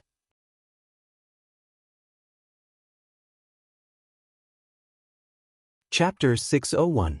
That night, only the 2 of them knew the content of the conversation between Noah and Leah. Noah did not reveal it to Isha and the kitten, and Leah did not seem to have told Jurai Himeshima either. However, since then, Leah had returned to her previous valiant and heroic performance.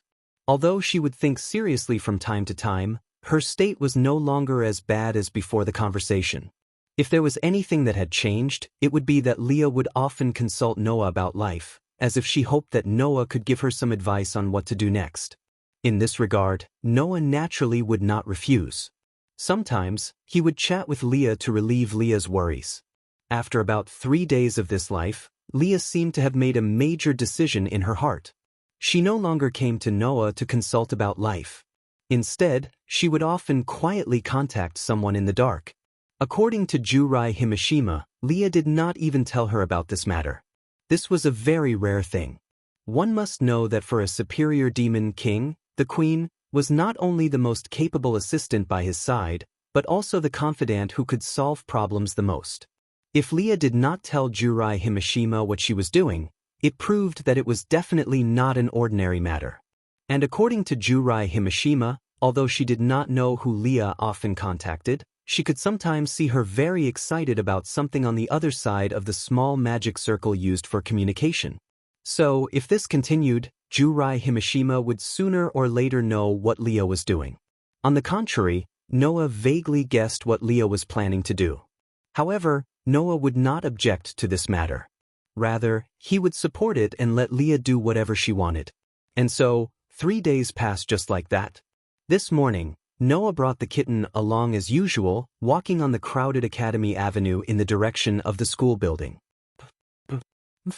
On the other side of Noah, Isha, who was wearing the Colt King Academy's uniform, was also walking with a school bag in her hand. She was so happy that she was humming a song. Seeing this, the kitten could not help but speak softly. From today onwards, Aisha will be my senior. Isha's admission procedures were finally completed yesterday. Today, she was finally a second-year student in Colt King Academy as a student. Originally, with Leah's power, this matter should have been completed much faster. But Leah herself had more important things to do, so it was delayed until today. Even so, Aisha looked very happy. From today onwards, I'm also a student of this academy. Isha smiled shyly at Noah. Should I also call Mr. Noah a teacher? Compared to Mr. Noah's polite way of calling me a teacher, I think it's much more intimate. Noah patted Isha's head. Although I'm not in charge of teaching, Isha can still come to me in the infirmary if she needs anything. Senior Isha doesn't need to go to a teacher, the kitten said without looking back. Senior Isha's sacred gear can heal all kinds of injuries. There's no need for a teacher. I'm not talking about coming to me if you're hurt. I'm talking about coming to me in the infirmary if you need anything. Noah rolled his eyes. Kitty-chan, can you stop going against me all the time? The kitten continued walking without a word. Perhaps she did not care about Noah's words, or she just did not want to talk to him. She was as quiet as always. The three of them walked side by side. Naturally, it was the same as before, and they attracted numerous gazes and discussions from the surroundings. But today, most of the surrounding students had their eyes on Isha, and some of them were shocked by her beauty. Isha was also a very beautiful girl.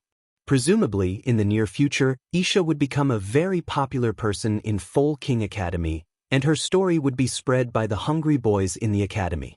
Noah was slowly getting used to this situation. The kitten was already used to this situation, and she continued to walk on the main road of the academy as if no one was around. As for Isha, she did not seem to notice anything and continued to talk to Noah and the kitten. If one thought about it carefully, it was not strange. Isha was the former saintess of the church, and her name was widely spread and was worshipped by many believers. It was impossible for Isha to not be in a situation where she was the center of attention, or rather, it was not strange that she was the center of attention every day. This way, Isha would not be unaccustomed to other people's gazes. Therefore, Noah, the kitten, and Isha walked into the school building together. At this moment, Noah, who was about to enter the school building, suddenly stopped in his tracks. His eyes suddenly lit up, and even the aura around him began to change. Isha and the kitten, who were keenly aware of this, also stopped in their tracks. Isha asked in a somewhat uncertain tone. Did you forget to bring something? The kitten did not speak, but she also stared straight at Noah, her eyes filled with confusion. Under the gazes of the two girls, Noah retracted his foot, turned around, and looked in a certain direction on the campus, uttering such words. It seems like an incredible person has come to the school.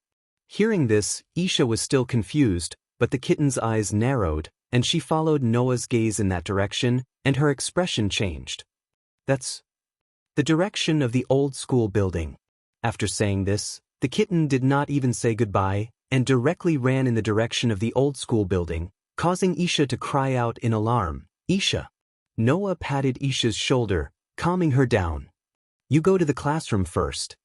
Hearing this, Isha did not even think about it, and directly shook her head. "I want to go with you." Noah, who did not expect Isha to directly reject him, was stunned on the spot. Following this, Isha clenched her hands, and 2 rings suddenly appeared on her fingers, and her face was filled with determination. "Although I don't know what happened, but I can heal all injuries. If there is a battle and someone is injured, then I will definitely be of use." Noah muttered to himself, and after a while, nodded. "All right, if it's just to protect you, I have no problem, and I'm not good at healing. If there really is a battle, Isha will be very useful. Let's go together." Isha nodded heavily, and under Noah's lead, walked in the direction of the old school building. Chariot King Academy's old schoolhouse, Supernatural Research Department. Noah, who came to the door of the Supernatural Research Department, did not hesitate at all, and directly opened the door. Swoosh! Almost in an instant, everyone in the room cast their eyes in the direction of the door.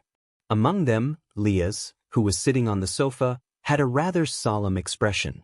Junai, who stood behind Liaz as usual, had her usual smile on her face, but there was a faint feeling of a fake smile. The kitten, who came to the Supernatural Research Department before Noah and Isha, also stood beside Junai. As Liaz's dependent, she stood behind Liaz, who was sitting on the sofa, with a cold look on her face. In such a room, an unusually heavy and tense atmosphere permeated the surroundings, bringing about an indescribable pressure. Isha seemed to be intimidated by the atmosphere in the room, and she could not help but hide behind Noah, clutching Noah's clothes with an uneasy expression. Noah just gently patted Isha's hand to comfort her, and his eyes were completely attracted by another person in the room. It was a very tall woman with silver hair tied into 2 braids in front of her, standing in the middle of the magic circle engraved on the ground of the Supernatural Research Department, like a servant waiting for orders. She was wearing a maid outfit, and her whole body exuded a cold aura. Noah did indeed feel a rather formidable aura from this person. That aura had already caught Noah's attention, and it was very close to the God Slayer. It was not hard to imagine that this woman dressed as a maid was definitely not as simple as she looked on the surface.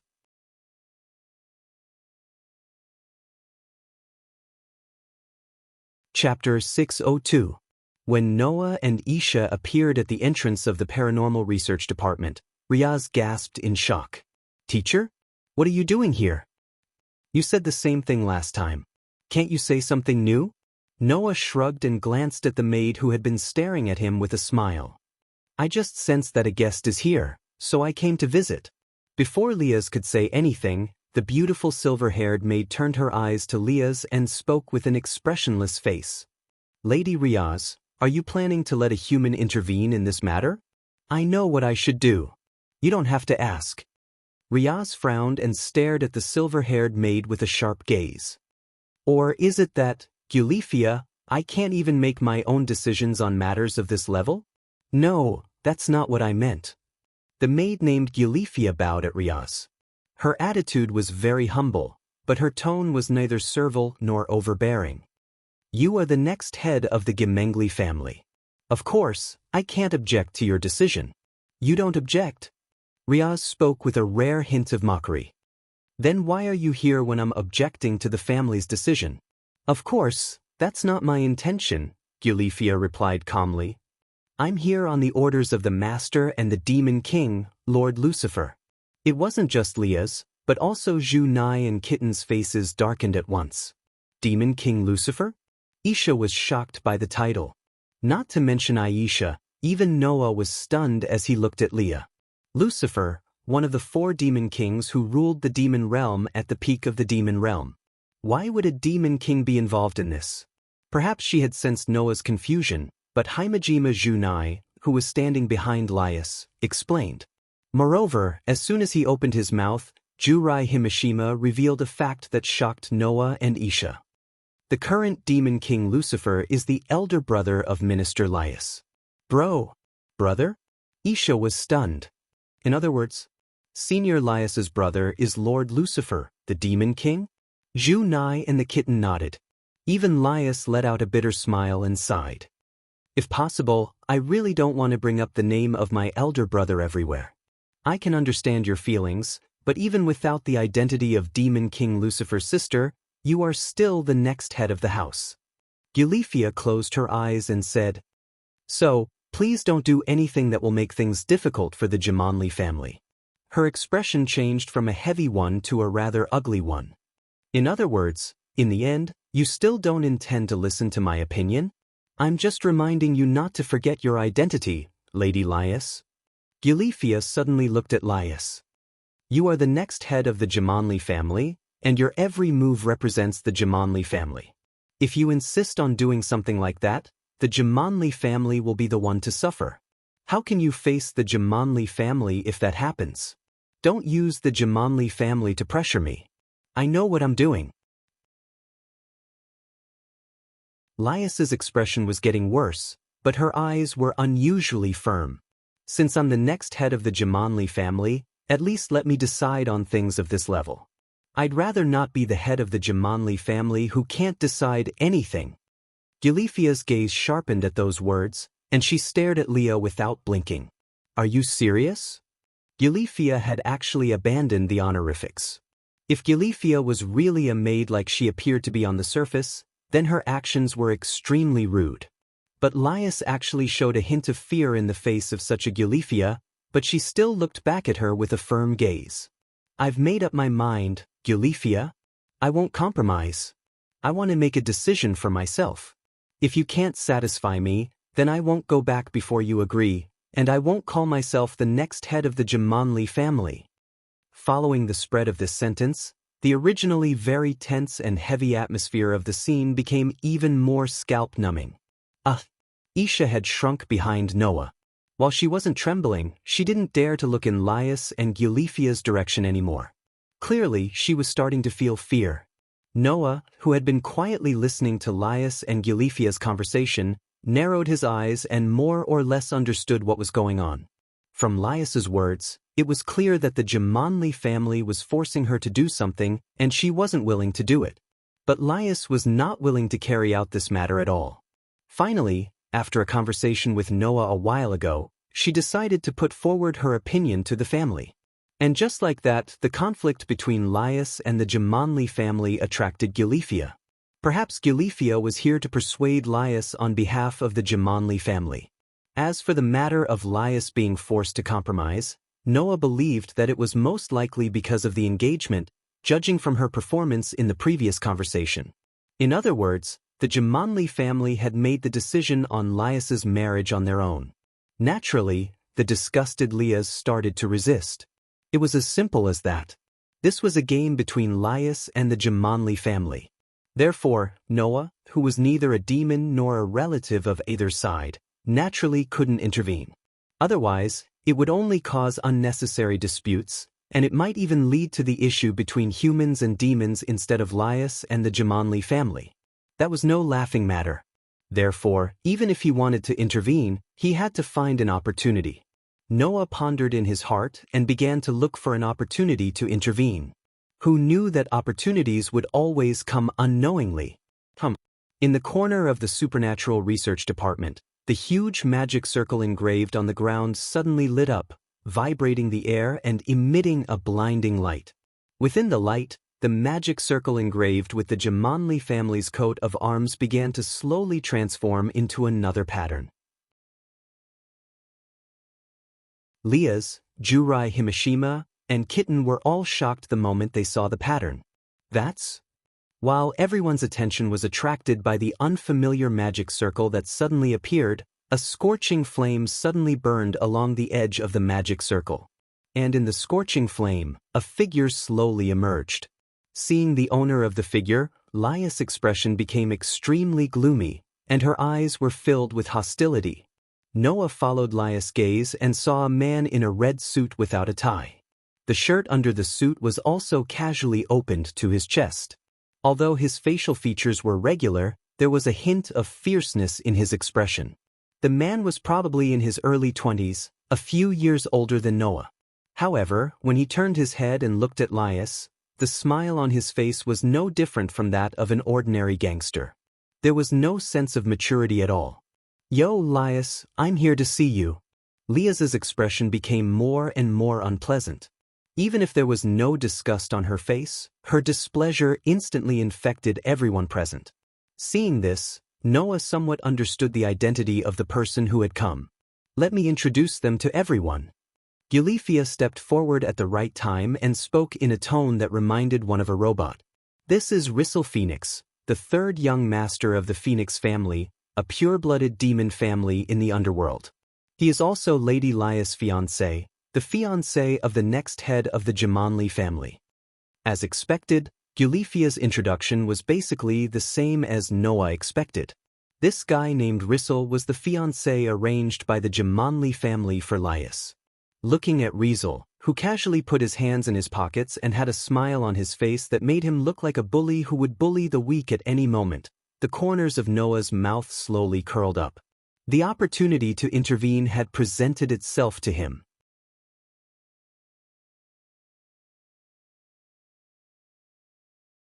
Chapter 603. Whoosh!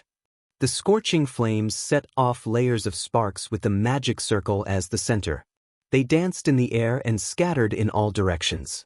With his hands in his pockets, Rissel, who looked like a thug, did not even look at the others. Instead, he directed his ferocious gaze at Liesel with a mischievous smile on his face, which made Liesel's expression stiffen. "Rissel, what are you doing here? I don't really like coming to the human world. The air and wind in this world are too dirty. It's very uncomfortable for a demon like me who controls fire and wind." Rissel shrugged helplessly. "But even I would be anxious to hear that my fiancé is planning to break off the engagement. Liesel, if you're obedient now, I can go back now."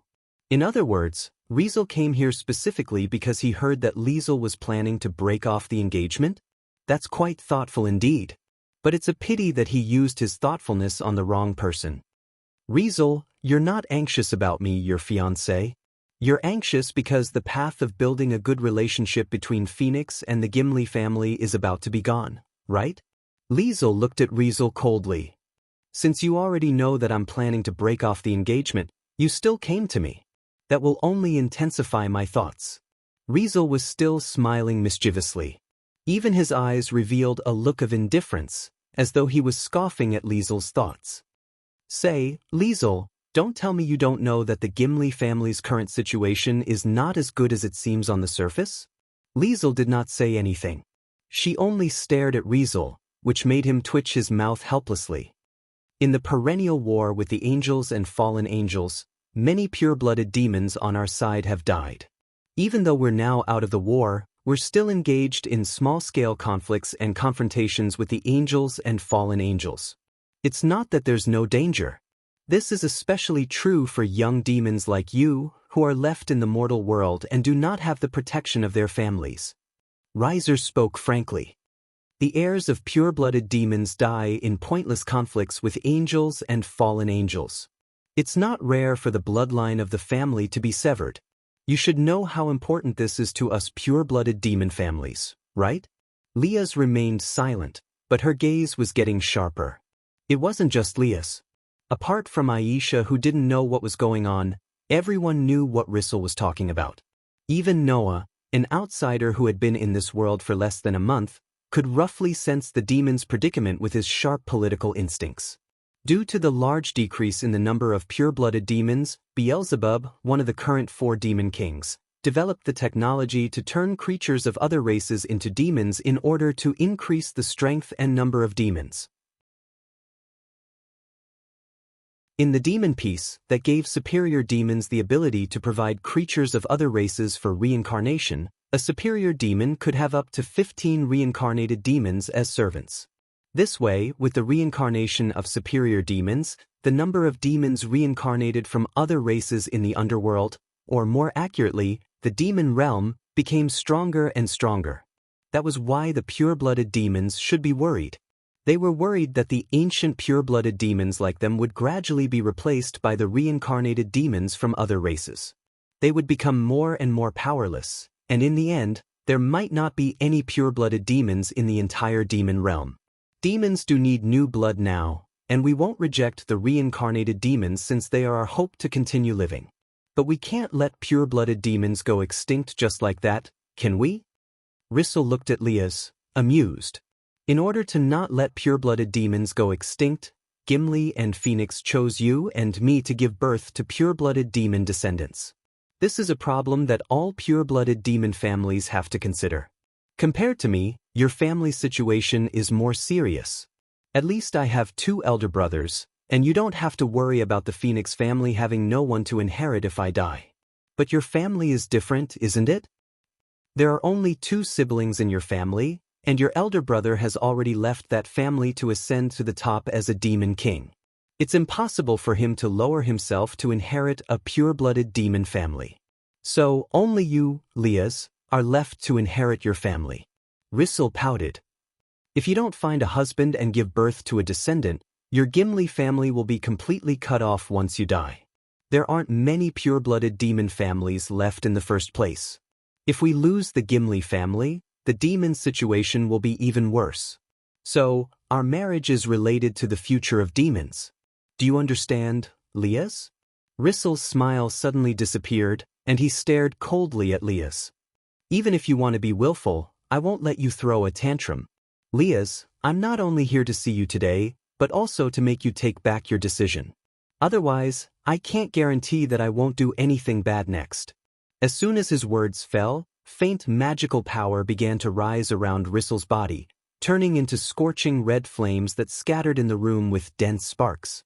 A heavy pressure engulfed the entire supernatural research department in an instant. Noah could feel that Isha, who was hiding behind him, trembled violently, and her grip on his clothes tightened. Zhu Nai and the kitten also tensed up their bodies almost reflexively, staring at Rissel as they entered a state of battle readiness. Liaz's expression darkened as she watched Rissel squander his magical power in her own office. Just as strands of fiery red mana began to rise from her body as well, a hand suddenly pressed down on her shoulder. Calm down, Liaz. This is the academy. Liaz subconsciously turned around and looked behind her. There, Noah extended a hand and put it on her shoulder, shaking his head at her. Class will start soon, and almost all the students are here. If 2 superior demons were to fight here, it wouldn't be as simple as destroying 1 or 2 buildings. Just stop. But teacher, I can't just let Rissel fight here. Liaz frowned. Even if he's alone, if he's allowed to squander his magical power, this academy will burn to the ground. Hearing this, Noah smiled indifferently and shook his head. As long as you don't do anything, I'm sure he won't be able to do anything here. With that, everyone's attention shifted to Noah. Rissel, whose body was burning in flames, seemed to have only noticed Noah now. He narrowed his eyes at Gulifia, who had been silent all this while. I say, why is there a human here? Lord Rissel, Gulifia replied unhurriedly. That seems to be the young mistress' friend. Friend? Rissel looked directly at Noah, his eyes filled with disdain as if he was looking at a giant piece of trash. Liaz has a human as a friend? You're joking, right? No. Rather than a friend, I think I'm more like Liaz's mentor. I've given her a lot of advice on the direction of her life. Noah's expression did not change in the face of Rissel's disdainful gaze. He merely smiled and said, Fortunately, Liaz listens to me. I told her to find her own happiness, and she immediately called off the marriage. She's quite obedient, isn't she? This sentence made the atmosphere drop to the freezing point in an instant. Teacher, Liaz, Aisha, Haimajma Jurai, Kitten, and the others all cried out in shock. Eulifia also turned to Noah, her eyes filled with coldness. Rissel's expression changed from that disdainful look to an ugly one. His gaze toward Noah carried a hint of killing intent and malice. "So you're saying that Leah's called off the marriage entirely because of you?" Noah raised an eyebrow in response to Rissel's murderous and malicious gaze. "After all, no matter how you look at it, a so-called third son of a noble shouldn't be worthy of being the next head of the Gimli family, right?"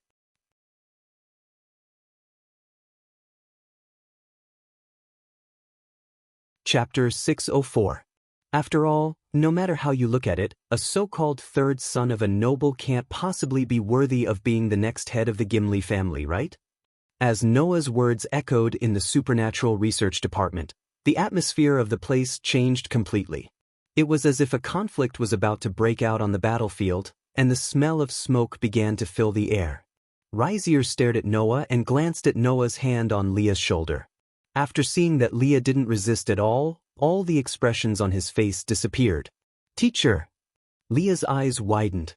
She didn't expect Noah to draw the flames of war to her, and she became a little anxious for a moment.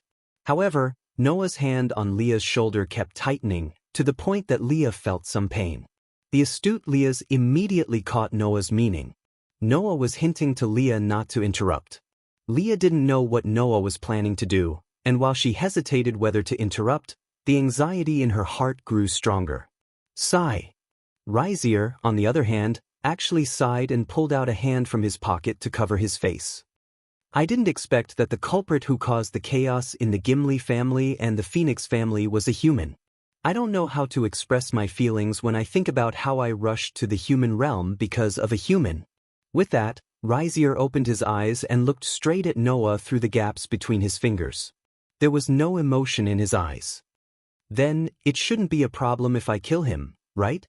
Leah, Aisha, Jurai Himashima, and Kitten's expressions changed instantly. No one doubted that Rizier was just saying that for fun. After all, to demons, 1 or 2 human lives were something they could take as they wished, and they wouldn't feel guilty at all. On the other hand, demons like Leah's and Kangna who had assimilated into human society and were friendly instead of hostile were the truly unusual ones. In addition, the heavy murderous aura emitted from Rissel's body told everyone present that he was a very dangerous person. He was serious. Facing such a riser, Noah looked up. Even though he was enveloped by that heavy murderous aura, his expression remained calm.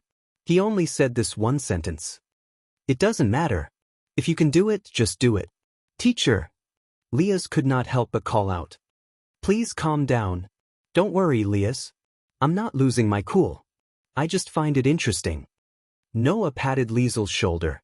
Undoubtedly, he was involved, but he was much calmer than Liesel. He looked at Riesel and smiled. Undoubtedly, it has already reached the point where it can't continue without humans, yet it still looks down on humans. Don't you think this kind of demon is very funny? Noah's words had targeted all demons. This time, not to mention Leah's and the others, even Eulifia frowned. "Human, you really do have guts." Riser laughed. His laughter was a little crazy. He looked at Noah with a gaze full of mockery. "Since you've said so, I'll kill you even if it's for the demon's reputation. If belittling humans and showing off the demon's superiority is for the demon's reputation, then I don't mind you doing it." Noah's eyes were filled with mockery. "Then, Mr. Demon, are you planning to duel with me?" No. You've misunderstood." Rizzle shook his head with a smile, but there was no smile in his eyes. "It's too serious to call it a duel. It's just a little fun." With that, the mana around Rizzle expanded, turning the scorching flames into waves of fire that attacked the surroundings. Just as Rizzle was about to kill Noah, Noah raised an eyebrow as if he didn't know that Rizzle was about to attack. "In other words, this isn't a duel, but a game?" "Haha, that's right." Rizzle laughed out loud. "It's just a game. Have fun." Upon hearing that, the corner of Noah's mouth slowly curled up. That arc made it seem as if everything was under his control. It was as if everything was within his expectations. Since it's a game, there should be a wager, right? "A wager?" Rizzle was stunned. That's right, a wager. Noah pretended to be deep in thought for a moment. His eyes that were looking at Riser didn't lose their brightness. Then Noah said, "Oh, right. If you lose, I'll give your fiancée to you. How about that?" Everyone in the supernatural research department was stunned when those words echoed in their ears. Teacher, Leah's was completely stunned. She didn't expect things to develop like this, and she was at a loss. As for Gilifia, she felt a chill run down her spine when she saw the bright luster in Noah's eyes. She felt that the man in front of her seemed to have calculated everything and forcibly changed the situation from the Gimengli family and the Phoenix family into a personal issue. In other words, this was no longer a confrontation between the Gimengli family and the Phoenix family, but a confrontation between Noah and Rizzle. Unknowingly, this man named Noah had the entire situation in his hands and grasped the crux of the situation. If Rizzle really did agree to Noah's wager out of impulse and lost, Gilifia found it unbelievable that such a thought popped up in her mind, and an ominous feeling gradually grew. Her instincts told her that she had to stop this from happening. Unfortunately, before she could stop him, Rizzle burst into laughter as if he had been poked in the funny part. It was as if he saw a circus clown performing in front of him, and he couldn't stop laughing no matter what. And so, Rizzle said that he had embarked on a path of no return. Then what if you lose? If I lose, I'll be responsible for convincing Leah's to go back with you and complete the marriage. Noah shrugged as if he had been waiting for this for a long time. Since I have a way to make Leah's back out of the marriage, I naturally have a way to convince her to go through with it. I believe that if Leah's gives up on the idea of canceling the marriage, you'll have a lot less to worry about, right? Upon hearing Noah's words, Riser, who was just fooling around with Noah, froze for a moment before finally becoming serious. Teacher, Leah's called out again, and this time, she sounded very agitated. But just as Leah's was about to say something, Noah glanced at her. The unquestionable look in his eyes made Leah's heart skip a beat, and she couldn't help but swallow the words she was about to say. In Rizzle's eyes, that look meant that Riaz had agreed to it. His eyes sparkled at once. Right. Let's leave the game for tomorrow. At this moment, Noah changed the topic and said helplessly, "As you can see, I'm just a human. If I win the game by luck, there's nothing I can do if some noble young master decides to go back on his word.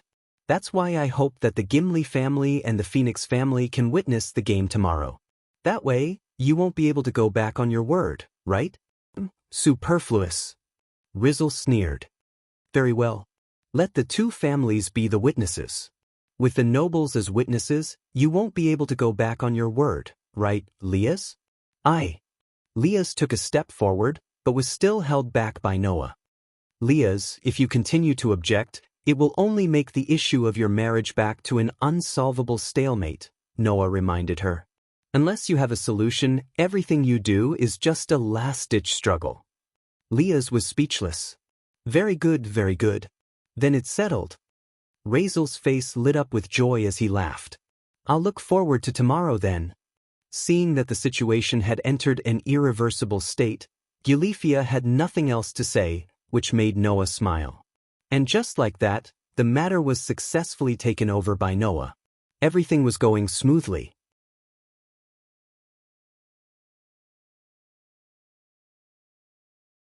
Chapter 605. An hour after Rizzle left the Supernatural Research Department, Lyasel received a notification from the Gimengli family. Tomorrow, the bet between Noah Dole and Rizzle Phoenix will be held in the form of an official duel. All the superior demon families, including the Gimengli family and the Phoenix family, will be paying attention to it. Gilifia will be the judge then. After dispelling the communication from the Gimengli family with a small magic circle, Lyasel, who was sitting behind a luxurious desk, rubbed her temples and spoke in frustration. Why did things turn out this way? At first, she was ready to resist to the very end, no matter what. But things had suddenly developed to a point where even Lyasel herself couldn't intervene. What the hell is going on? I didn't expect that the Gimengli family would agree to the bet between Sensei Noah and Lord Rizzle. Takanai Himashima was confused. It's just a bet made by a human. Even if Lord Riesel agreed, the Gemengli family and the Phoenix family wouldn't agree, right? It's precisely because it was a bet issued by a human without permission that they agreed. Noah, who was sitting on the sofa and sipping tea, explained casually. For those pure-blooded demon nobles, a human has no chance of winning against the third son of the Phoenix family. Since that's the case, instead of ignoring the bet and dealing with the willfulness of the Gemengli family's eldest daughter, it's better to legalize the bet and let the third son of the Phoenix family win the bet legitimately. When that happens, with so many nobles as witnesses, you won't be able to go back on your word, Lyasel.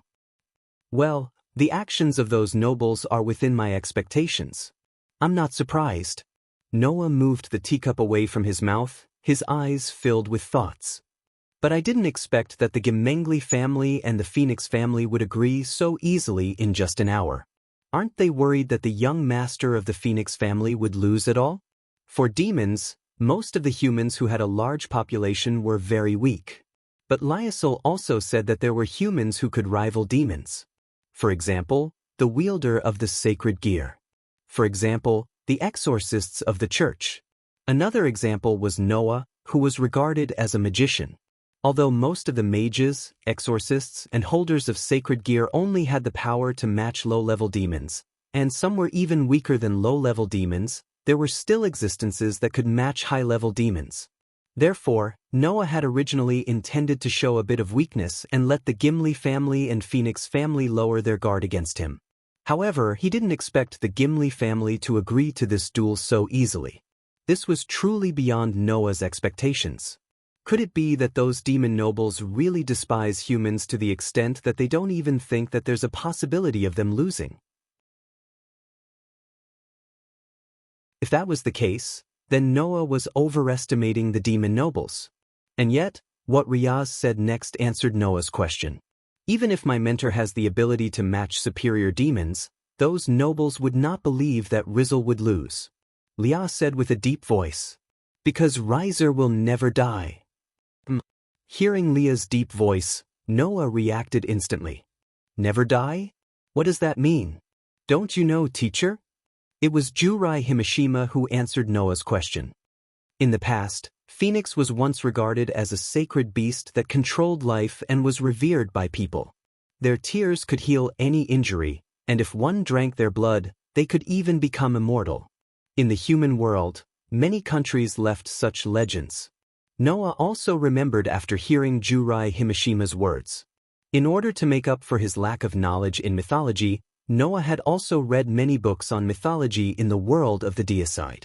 Among them, Noah also knew about the knowledge related to Phoenix.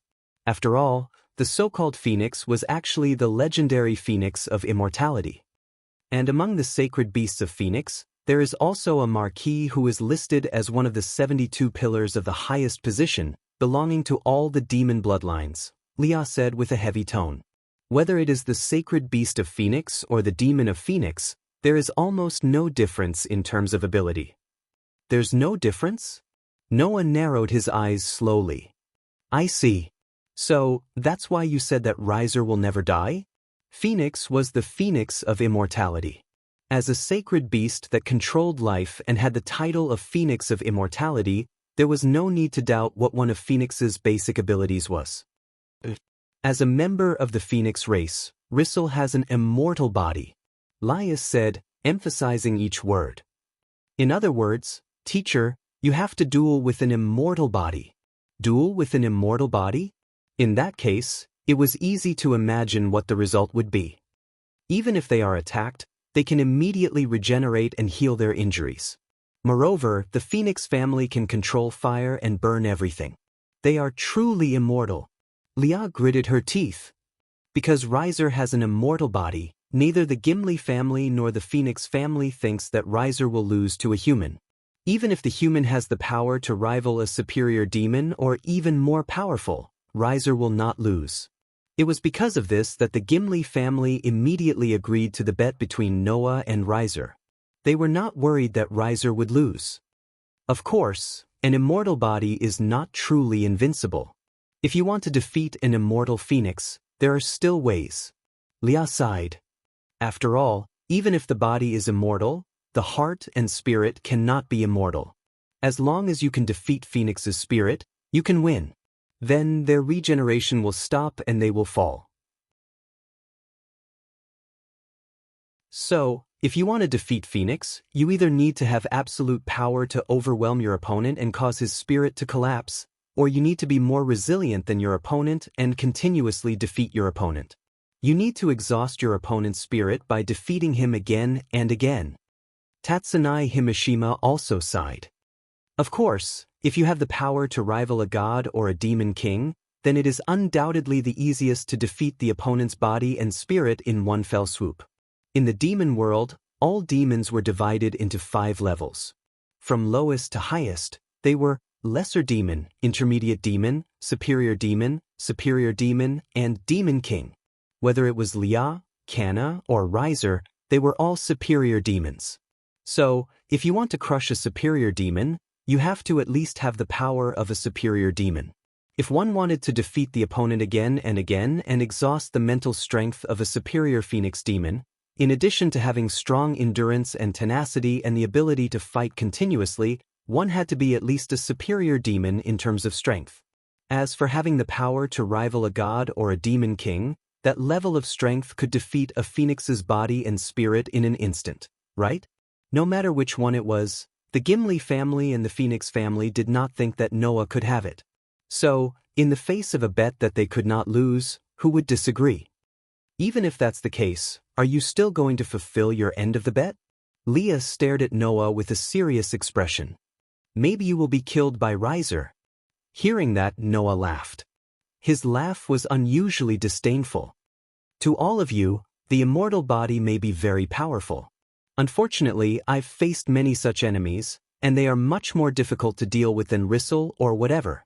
Noah finished the tea in his cup in one gulp, stood up and looked at Laius. Crushing the opponent with absolute power? Exhausting the opponent with unmatched endurance? Crushing the opponent with the power to rival a god or a demon king? No, there is no need to go through so much trouble. Noah turned around, waved at Lia and Jurai Himashima, and walked out of the Supernatural Research Department. Anyway, just wait and see. After saying that, Noah left without looking back. Lia, Jurai Himashima said, "Is this really okay?" "There is nothing okay about it." Lia kept looking at the direction where Noah left. "I can only choose to believe in Master."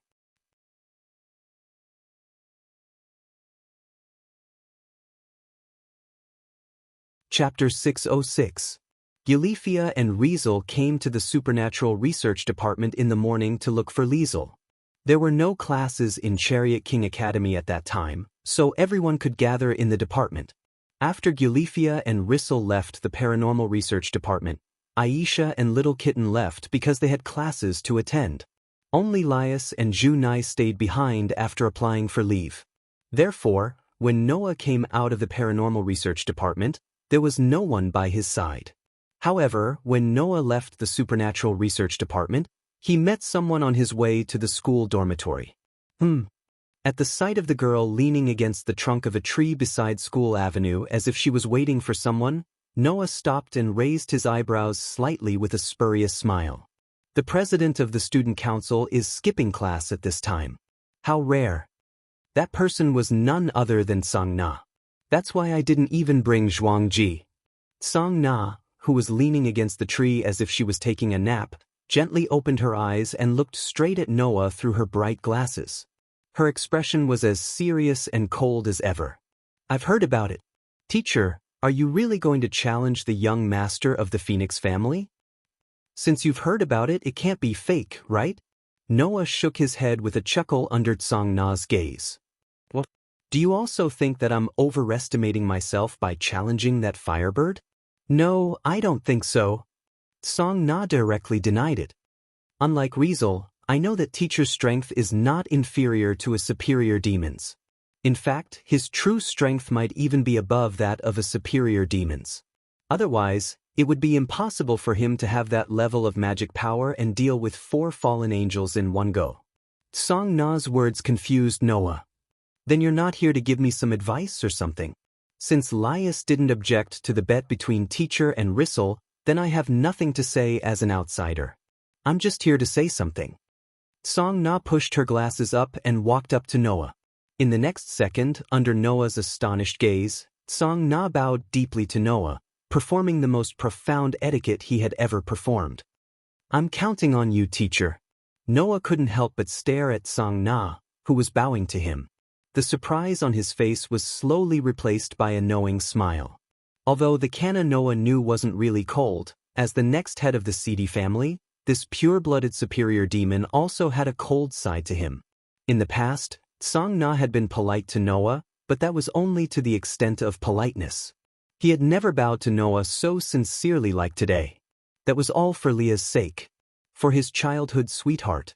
So, Noah reached out his hand and patted Song Na's head. Just leave it to me. Upon hearing that, Song Na straightened her body and did not reject Noah's intimate touch. Her cold face relaxed a lot in an instant. That night, Noah, who was going to cook, was stopped by Isha and Kitten when he came out of the bathroom.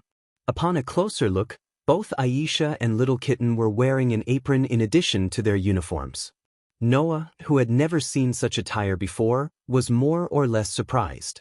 What's wrong with you two? Aisha and Little Kitten looked at each other, nodded firmly, and each grabbed one of Noah's hands. Teacher, please come over here. Then, Aisha and Little Kitten dragged Noah to the small round table in the room and sat down. It was only then that Noah noticed. The table was filled with dishes. Looking at the dishes that filled the entire table, Noah was stunned. He asked with uncertainty and hesitation. Did you guys make this? Yes. Aisha, who was wearing an apron, smiled shyly. I discussed with Little Kitten, and we both felt that we should prepare for teacher. Although it's just according to the book, it should be edible, right? While saying that, Aisha's tone was full of uncertainty as if she did not have much confidence. She did not know if she had tried it before, which made Noah speechless. Why do you suddenly want to cook for me? Teacher, you're going to fight Phoenix tomorrow, right? Little Kitten, who was also wearing an apron, spoke to Noah in a rare gentle tone. So, Aisha and I will cook today. Teacher, please defeat Phoenix tomorrow and help the minister cancel the engagement. You too. Noah smiled bitterly. And here I was wondering why you two became so diligent and kind. So, it's not for me but for Leah? It's not like that. Aisha immediately shook her head. If you like it, teacher, I'll make it in the future. Please leave it to me. Compared to Aisha, Little Kitten seemed a little less enthusiastic. I'll think about it. Gosh, I've been doting on you for so long. Noah rolled his eyes and picked up the chopsticks. This is a rare opportunity. I'll try the dishes you two made. Aisha and Little Kitten smiled and sat down at the same time. Before dinner, Aisha held her hand as if she was praying, closed her eyes, and said sincerely to Noah, Teacher, I'll leave Senior Leah to you. Little Kitten also lowered her head at Noah. I'll leave it to you. Noah smiled and reached out his hand to pat Aisha and Little Kitten's heads, just like how he faced Song Na in the morning. Just leave it to me. Seeing that Aisha and Little Kitten were relieved, Noah turned and looked out the window as if he could see a certain red-haired young lady. Even without Gemengli, there were still people who knew about Lias. Whether it was Song Na, Aisha, or Little Kitten, these girls did not come to Noah because of Gimli. Instead, they bowed their heads to Noah because of Leah. You should know, right? Leah. And just like that, the night passed. The next day was one of the weekends in Hoboy Academy. Of course, there was no one in Hoboy Academy today. With Aisha and Little Kitten, Noah went to the paranormal research department in the old school building, pushed the door open, and walked in. Only Leah, Jurai Himejima, and Gyulifia were present. Seeing Noah's arrival, apart from Gyulifia, Leah's, Junaijuan, and Yukijima all stared at him without blinking.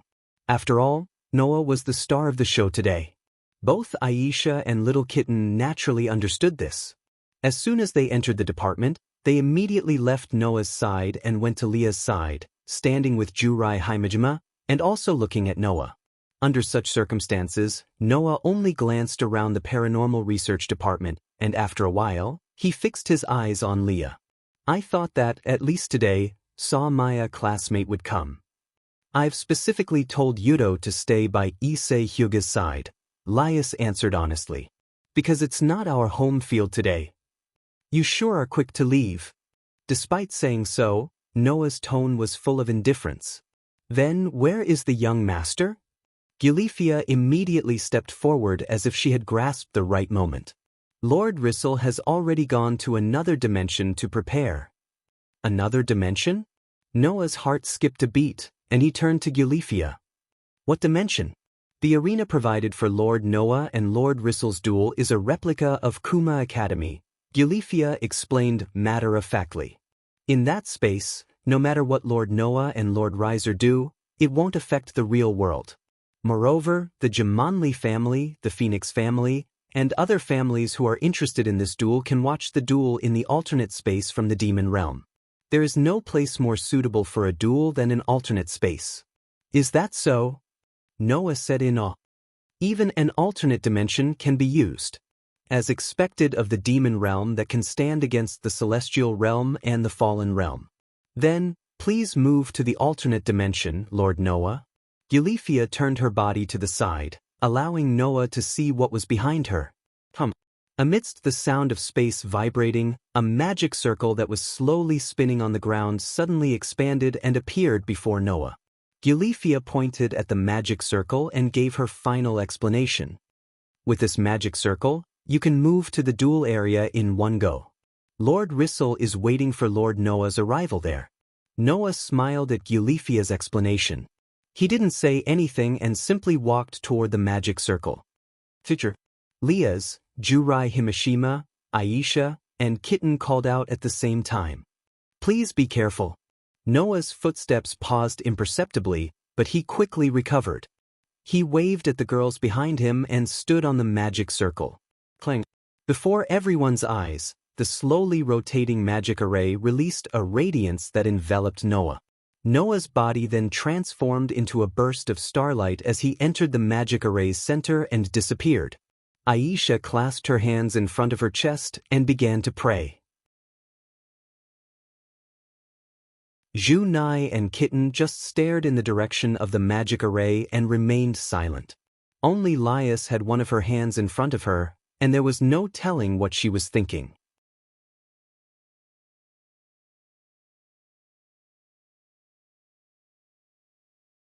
Chapter 607. After entering the magic array, Noah clearly felt as if his body had been teleported to another place. First, his vision blurred, and he lost the feeling of his feet touching the ground. After a while, his vision and the feeling of being on solid ground returned to his body. When he opened his eyes, Noah immediately realized that he was on Colt King Academy's avenue. Ahead was the school building. Behind him was the school gate. There was not a single person's presence around. It was eerily quiet. The strangest thing was the sky and the scenery outside the academy. The sky of Colt King Academy wasn't blue or white. Instead, it was like the surface of a lake, constantly fluctuating with a myriad of colors. Apart from the sky, the space outside the school gate was also fluctuating with a myriad of colors. It told Noah that this was no longer the Colt King Academy. Gulifia had said that this Colt King Academy was a replica of the one she had prepared in the alternate dimension. In other words, not only had Noah left the human world, everything before him wasn't the original Colt King Academy. Undoubtedly, the bet was made yesterday, and a replica of Colt King Academy was prepared in another dimension today. The demon's technology was beyond Noah's imagination. But that was fine too. At the very least, I don't need to worry that I'll be like before, causing huge damage to the real world if I'm not careful. After muttering those words, Noah's lips curled as he looked up at the school building. Inside the school building, a figure slowly walked out of it, crossed the gate of the school building, stepped into the avenue of the school, and appeared in front of Noah. To be honest, I have to thank you for this. Saying this, Reeser put his hands in his pockets and strode out of the school dormitory like a ruffian leader. He seemed to be in a good mood as he grinned. His gaze was as vicious as ever. If you didn't propose this bet, even the Gimli family and the Phoenix family wouldn't be able to do anything about it. I wouldn't have attacked her directly either.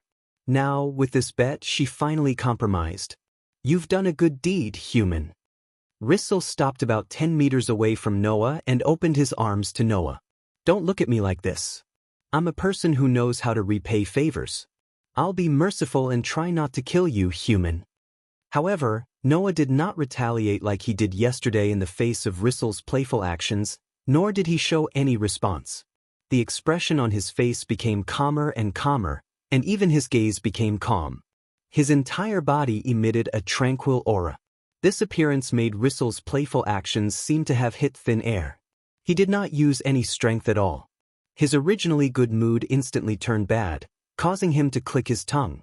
I'd like to see how long you can keep up this pretense. At this point, Rissel seemed to have thought of a good idea and suddenly smiled.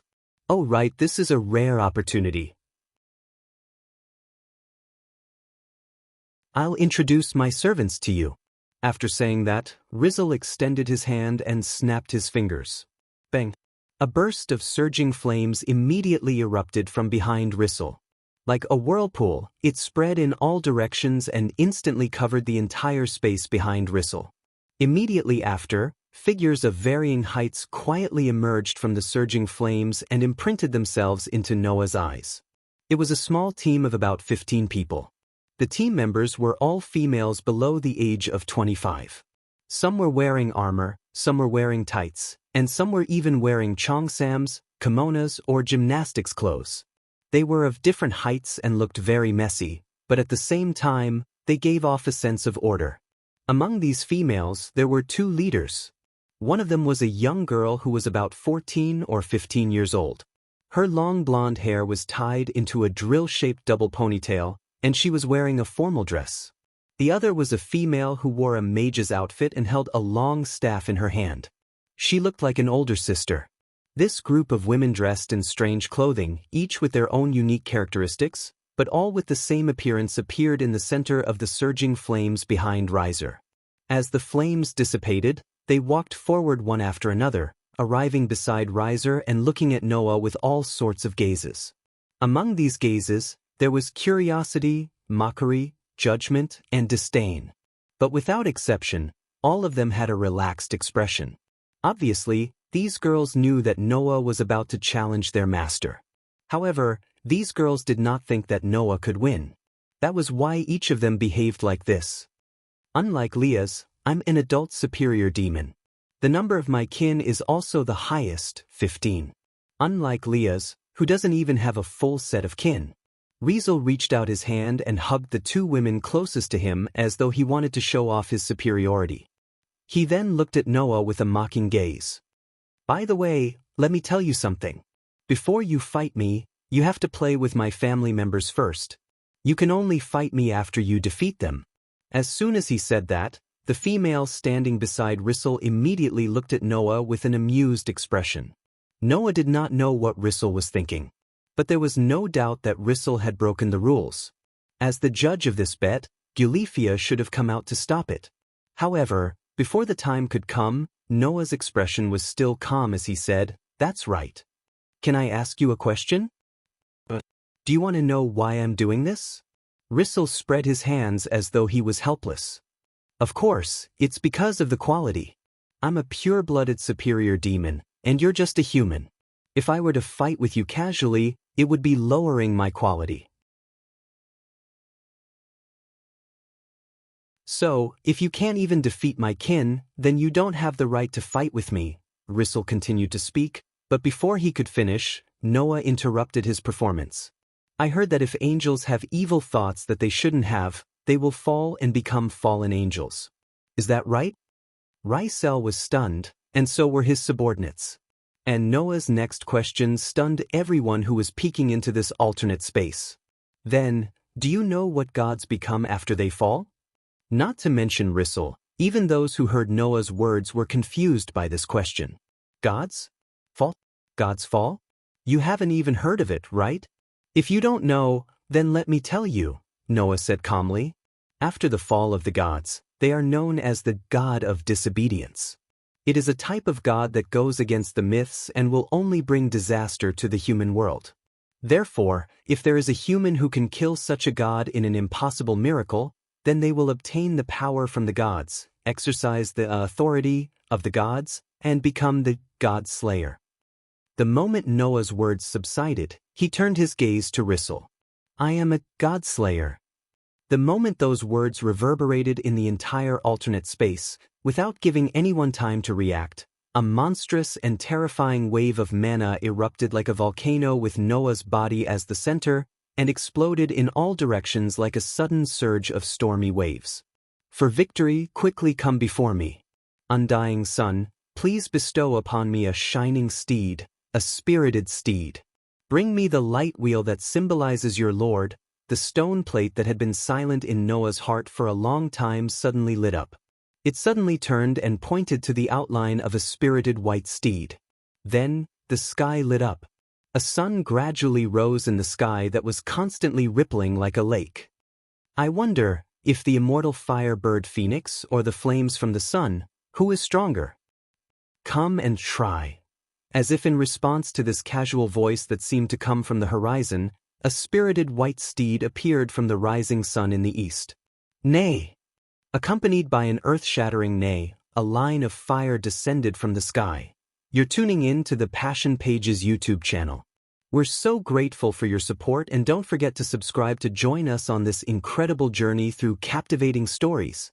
Your generosity through donations truly makes a world of difference, as it's the primary source of revenue that allows me to expand and enhance this channel for you.